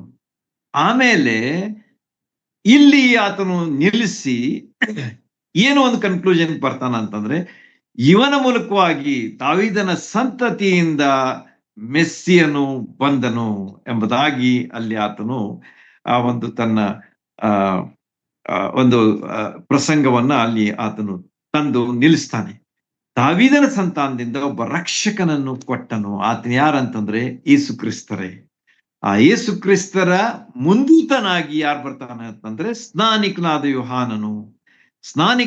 ಯುಹಾನನು ಏನ್ ಮಾಡ್ದ ಅಂತಂದ್ರೆ ಪಶ್ಚಾತ್ತಾಪದ ದೀಕ್ಷಾ ಸ್ನಾನ ಮಾಡಿಸಿದ. ಮತ್ತು ಅವನು ಹೇಳ್ತಾನೆ, ಜನರಿಗೆ ಹೇಳ್ತಾನೆ ಏನಂತ ಹೇಳಿ, ನಾನ್ ಯಾರಂತ ಹೇಳಿ ನೀವು ವಿಚಾರ ಮಾಡ್ತಿರ್ಬಹುದು, ಆತನು ನಾನಲ್ಲ. ಅಂದ್ರೆ ನೀವು ಯೇಸು ಕ್ರಿಸ್ತನು ಅಂತ ಹೇಳಿ ನನ್ನ ಬಗ್ಗೆ ವಿಚಾರ ಮಾಡ್ತಿದ್ರೆ, ಐ ಆಮ್ ನಾಟ್ ಕ್ರೈಸ್ಟ್. ಆದ್ರೆ ಆತನ ಯಾರಂತಂದ್ರೆ ನನ್ನ ಹಿಂದೆ ಬರ್ತಾನೆ. He is coming after me, ನನ್ನ ಹಿಂದೆ ಬರ್ತಾನೆ. ಆತನು ಎಷ್ಟು ದೊಡ್ಡವನಂತಂದ್ರೆ ಅವನ ಕಾಲಿನ ಕೆರವನ್ನ ಬಿಚ್ಚಲಿಕ್ಕೂ ನನಗೆ ಆಗುದಂತ ಒಂದು ಅಷ್ಟು ನಾನು ಕನಿಷ್ಠನಾಗಿದ್ದೇನೆ ಅಂತ ಹೇಳಿ ಆತನು ತನ್ನನ್ನ ಯೇಸು ಸ್ವಾಮಿಯ ಮುಂದೆ ತಗ್ಗಿಸಿಕೊಂಡು ಅಲ್ಲಿ ಹೇಳುವುದನ್ನ ನೋಡ್. ಪಾದದ ಕೆರೆಗಳನ್ನ ಬಿಚ್ಚುವುದಕ್ಕೂ ಯೋಗ್ಯನಲ್ಲ. I am not worthy to unlash the shoe of Lord Jesus Christ ಅಂತ ಹೇಳಿ. ಅದೇ ರೀತಿಯಾಗಿ ಆತನು 26ರಿಂದ 37 ವಚನಗಳನ್ನ ನಾವು ನೋಡುವಾಗ ಸ್ಟೇಫನನು ಯಾವ ರೀತಿಯಾಗಿ ಯಹೂದ್ಯರನ್ನ ಉದ್ದೇಶಿಸಿ ಮಾತಾಡಿದ, ಅದೇ ರೀತಿಯಾಗಿ ಇಲ್ಲಿಯೂ ಸಹ ಪೌಲನು ಯಹೂದ್ಯರನ್ನ ಉದ್ದೇಶಿಸಿ ಮಾತಾಡ್ತಾನೆ. ಯಾಕಂದ್ರೆ ಯಹೂದ್ಯರ ಸಭಾ ಮಂದಿರದಲ್ಲಿದ್ದಾನೆ. ಆದ ಕಾರಣ ಅವನು ಯಹೂದ್ಯರನ್ನ ಉದ್ದೇಶಿಸಿ ಮಾತಾಡಿ ಅವರಿಗೆ ನೇರವಾಗಿ ಹೇಳ್ತಾನೆ. ಏನಂತೇಳಿ, ನೀವು ಆ ಯೇಸು ಸ್ವಾಮಿ ಅವರನ್ನ ದೂಷಿಸಿದ್ರಿ, ಅವರನ್ನ ನೀವೇ ಕೊಲ್ಲಿಸಿದ್ರಿ. ರಕ್ಷಕನು ನಮಗಾಗಿ ಬಂದಿದ್ದಾನೆ, ಮೆಸ್ಸಿಯನು ನಮಗಾಗಿ ಬಂದಿದ್ದಾನೆ ಅಂತ ಹೇಳಿ ನೀವು ಗುರುತಿಸ್ಲಿಲ್ಲ ಅಂತ ಹೇಳಿ ಅವರ ಮುಖದಲ್ಲಿ ಹೇಳ್ತಾನೆ. ಪ್ರವಾದನೆಗಳಲ್ಲಿ ನೀವು ಓದ್ತೀರಿ, 53ನೇ ಅಧ್ಯಾಯ ಯೆಶಾಯನ ಪ್ರವಾದನೆಯನ್ನ ನೀವು ನೋಡ್ತೀರಿ. ಆದ್ರೆ ಏನ್ ತಿಳ್ಕೊಂಡಿರಿ ಅವನ ಬಗ್ಗೆ? ಯಾರ ಬಗ್ಗೆ ಹೇಳ್ತದೆ? ಅದು ಕರ್ತನಾದ ಯೇಸು ಕ್ರಿಸ್ತರ ಬಗ್ಗೆ, ರಕ್ಷಕನಾದ ಯೇಸು ಕ್ರಿಸ್ತರ ಬಗ್ಗೆ ಹೇಳ್ತದೆ. ಎಲ್ಲಿ ನೀವು ಅದನ್ನ ತಿಳ್ಕೊಂಡಿದ್ದೀರಿ ಎಂಬುದಾಗಿ ಅವನು ಅವರಿಗೆ ಹೇಳುವುದನ್ನ ಈ ಒಂದು ಭಾಗದಲ್ಲಿ ನಾವು ಕಾಣ್ತೇವೆ. 29ನೇ ವಚನ ತನಕ ನಾನು ಇವತ್ತು ಕವರ್ ಮಾಡಿದ್ದೇನೆ. ಮುಂದೆ ಹೋಗ್ಲಿಕ್ಕೆ ಆಗೋದ್ರ ಸಮಯ ಆಗಿ ಹೋಗಿದೆ. ಆದ ಕಾರಣ ಒಂದು ಮಾತನ್ನು ನಾನು ಹೇಳಿ ಮುಗಿಸ್ತೇನೆ. ಅದೇನಂತಂದ್ರೆ, ಶಾಸ್ತ್ರದಲ್ಲಿ ಬರೆದದ್ದೆಲ್ಲ ನೆರವೇರಿಸುವುದ ಮೇಲೆ ಆತನನ್ನ ಮರದ ಕಂಬದಿಂದ ಇಳಿಸಿದರು ಅಂತಂದ್ರೆ, ಅವನನ್ನ ಎಲ್ಲಿ ಹಾಕಿದ್ರು? ಮರದ ಕಂಬದ ಮೇಲೆ ಹಾಕಿದ್ರು. ಯೇಸು ಸ್ವಾಮಿಯವರನ್ನ ಶಿಲುಬೆ ಮೇಲೆ ಹಾಕಿ ಅವರು ಅಲ್ಲಿ ಯೇಸು ಸ್ವಾಮಿ ತಮ್ಮ ಪ್ರಾಣವನ್ನ ನಮಗಾಗಿ ಕೊಟ್ಟರು ಅಂತೇಳಿ ಅಲ್ಲಿ ನಮಗ ಹೇಳ್ತದೆ. ಆಮೇಲೆ ಅವ್ರನ್ನ ಇಳಿಸಿದವರು ಯಾರು, ಸಮಾಧಿಯಲ್ಲಿಟ್ಟವ್ರು ಯಾರು ಅಂತ ಹೇಳಿ ಮುಗಿಸ್ತೇನೆ. ಅರಿಮಥಾಯದ ಯೋಸೇಫ ಮತ್ತು ನಿಕೋದೇಮ, ಇವರಿಬ್ಬರು ಏನ್ ಮಾಡಿದ್ರು, ಆ ಒಂದು ಒಂದು ಹೂಳಿಡುವಂತಹ ಕಾರ್ಯವನ್ನ ಅವರು ನೆರವೇರಿಸಿದ್ರು. ಎಂಥ ಒಂದು ದೊಡ್ಡ ಕಾರ್ಯವನ್ನ ಅವರು ಮಾಡಿದ್ದನ್ನ ಈ ಭಾಗದಲ್ಲಿ ಹೇಳಿ ಪೌಲನು ಆ ಒಂದು ವ್ಯಾಖ್ಯಾನ ಅಥವಾ ಒಂದು ಪ್ರಸಂಗವನ್ನ ಮುಗಿಸ್ತಾರೆ. ನೋಡ್ರಿ, ಎಷ್ಟು ಅದ್ಭುತ ವಿಷಯಗಳನ್ನ ನಾವು ಇವತ್ತು ಕಂಡುಕೊಂಡಿದ್ದೇವೆ.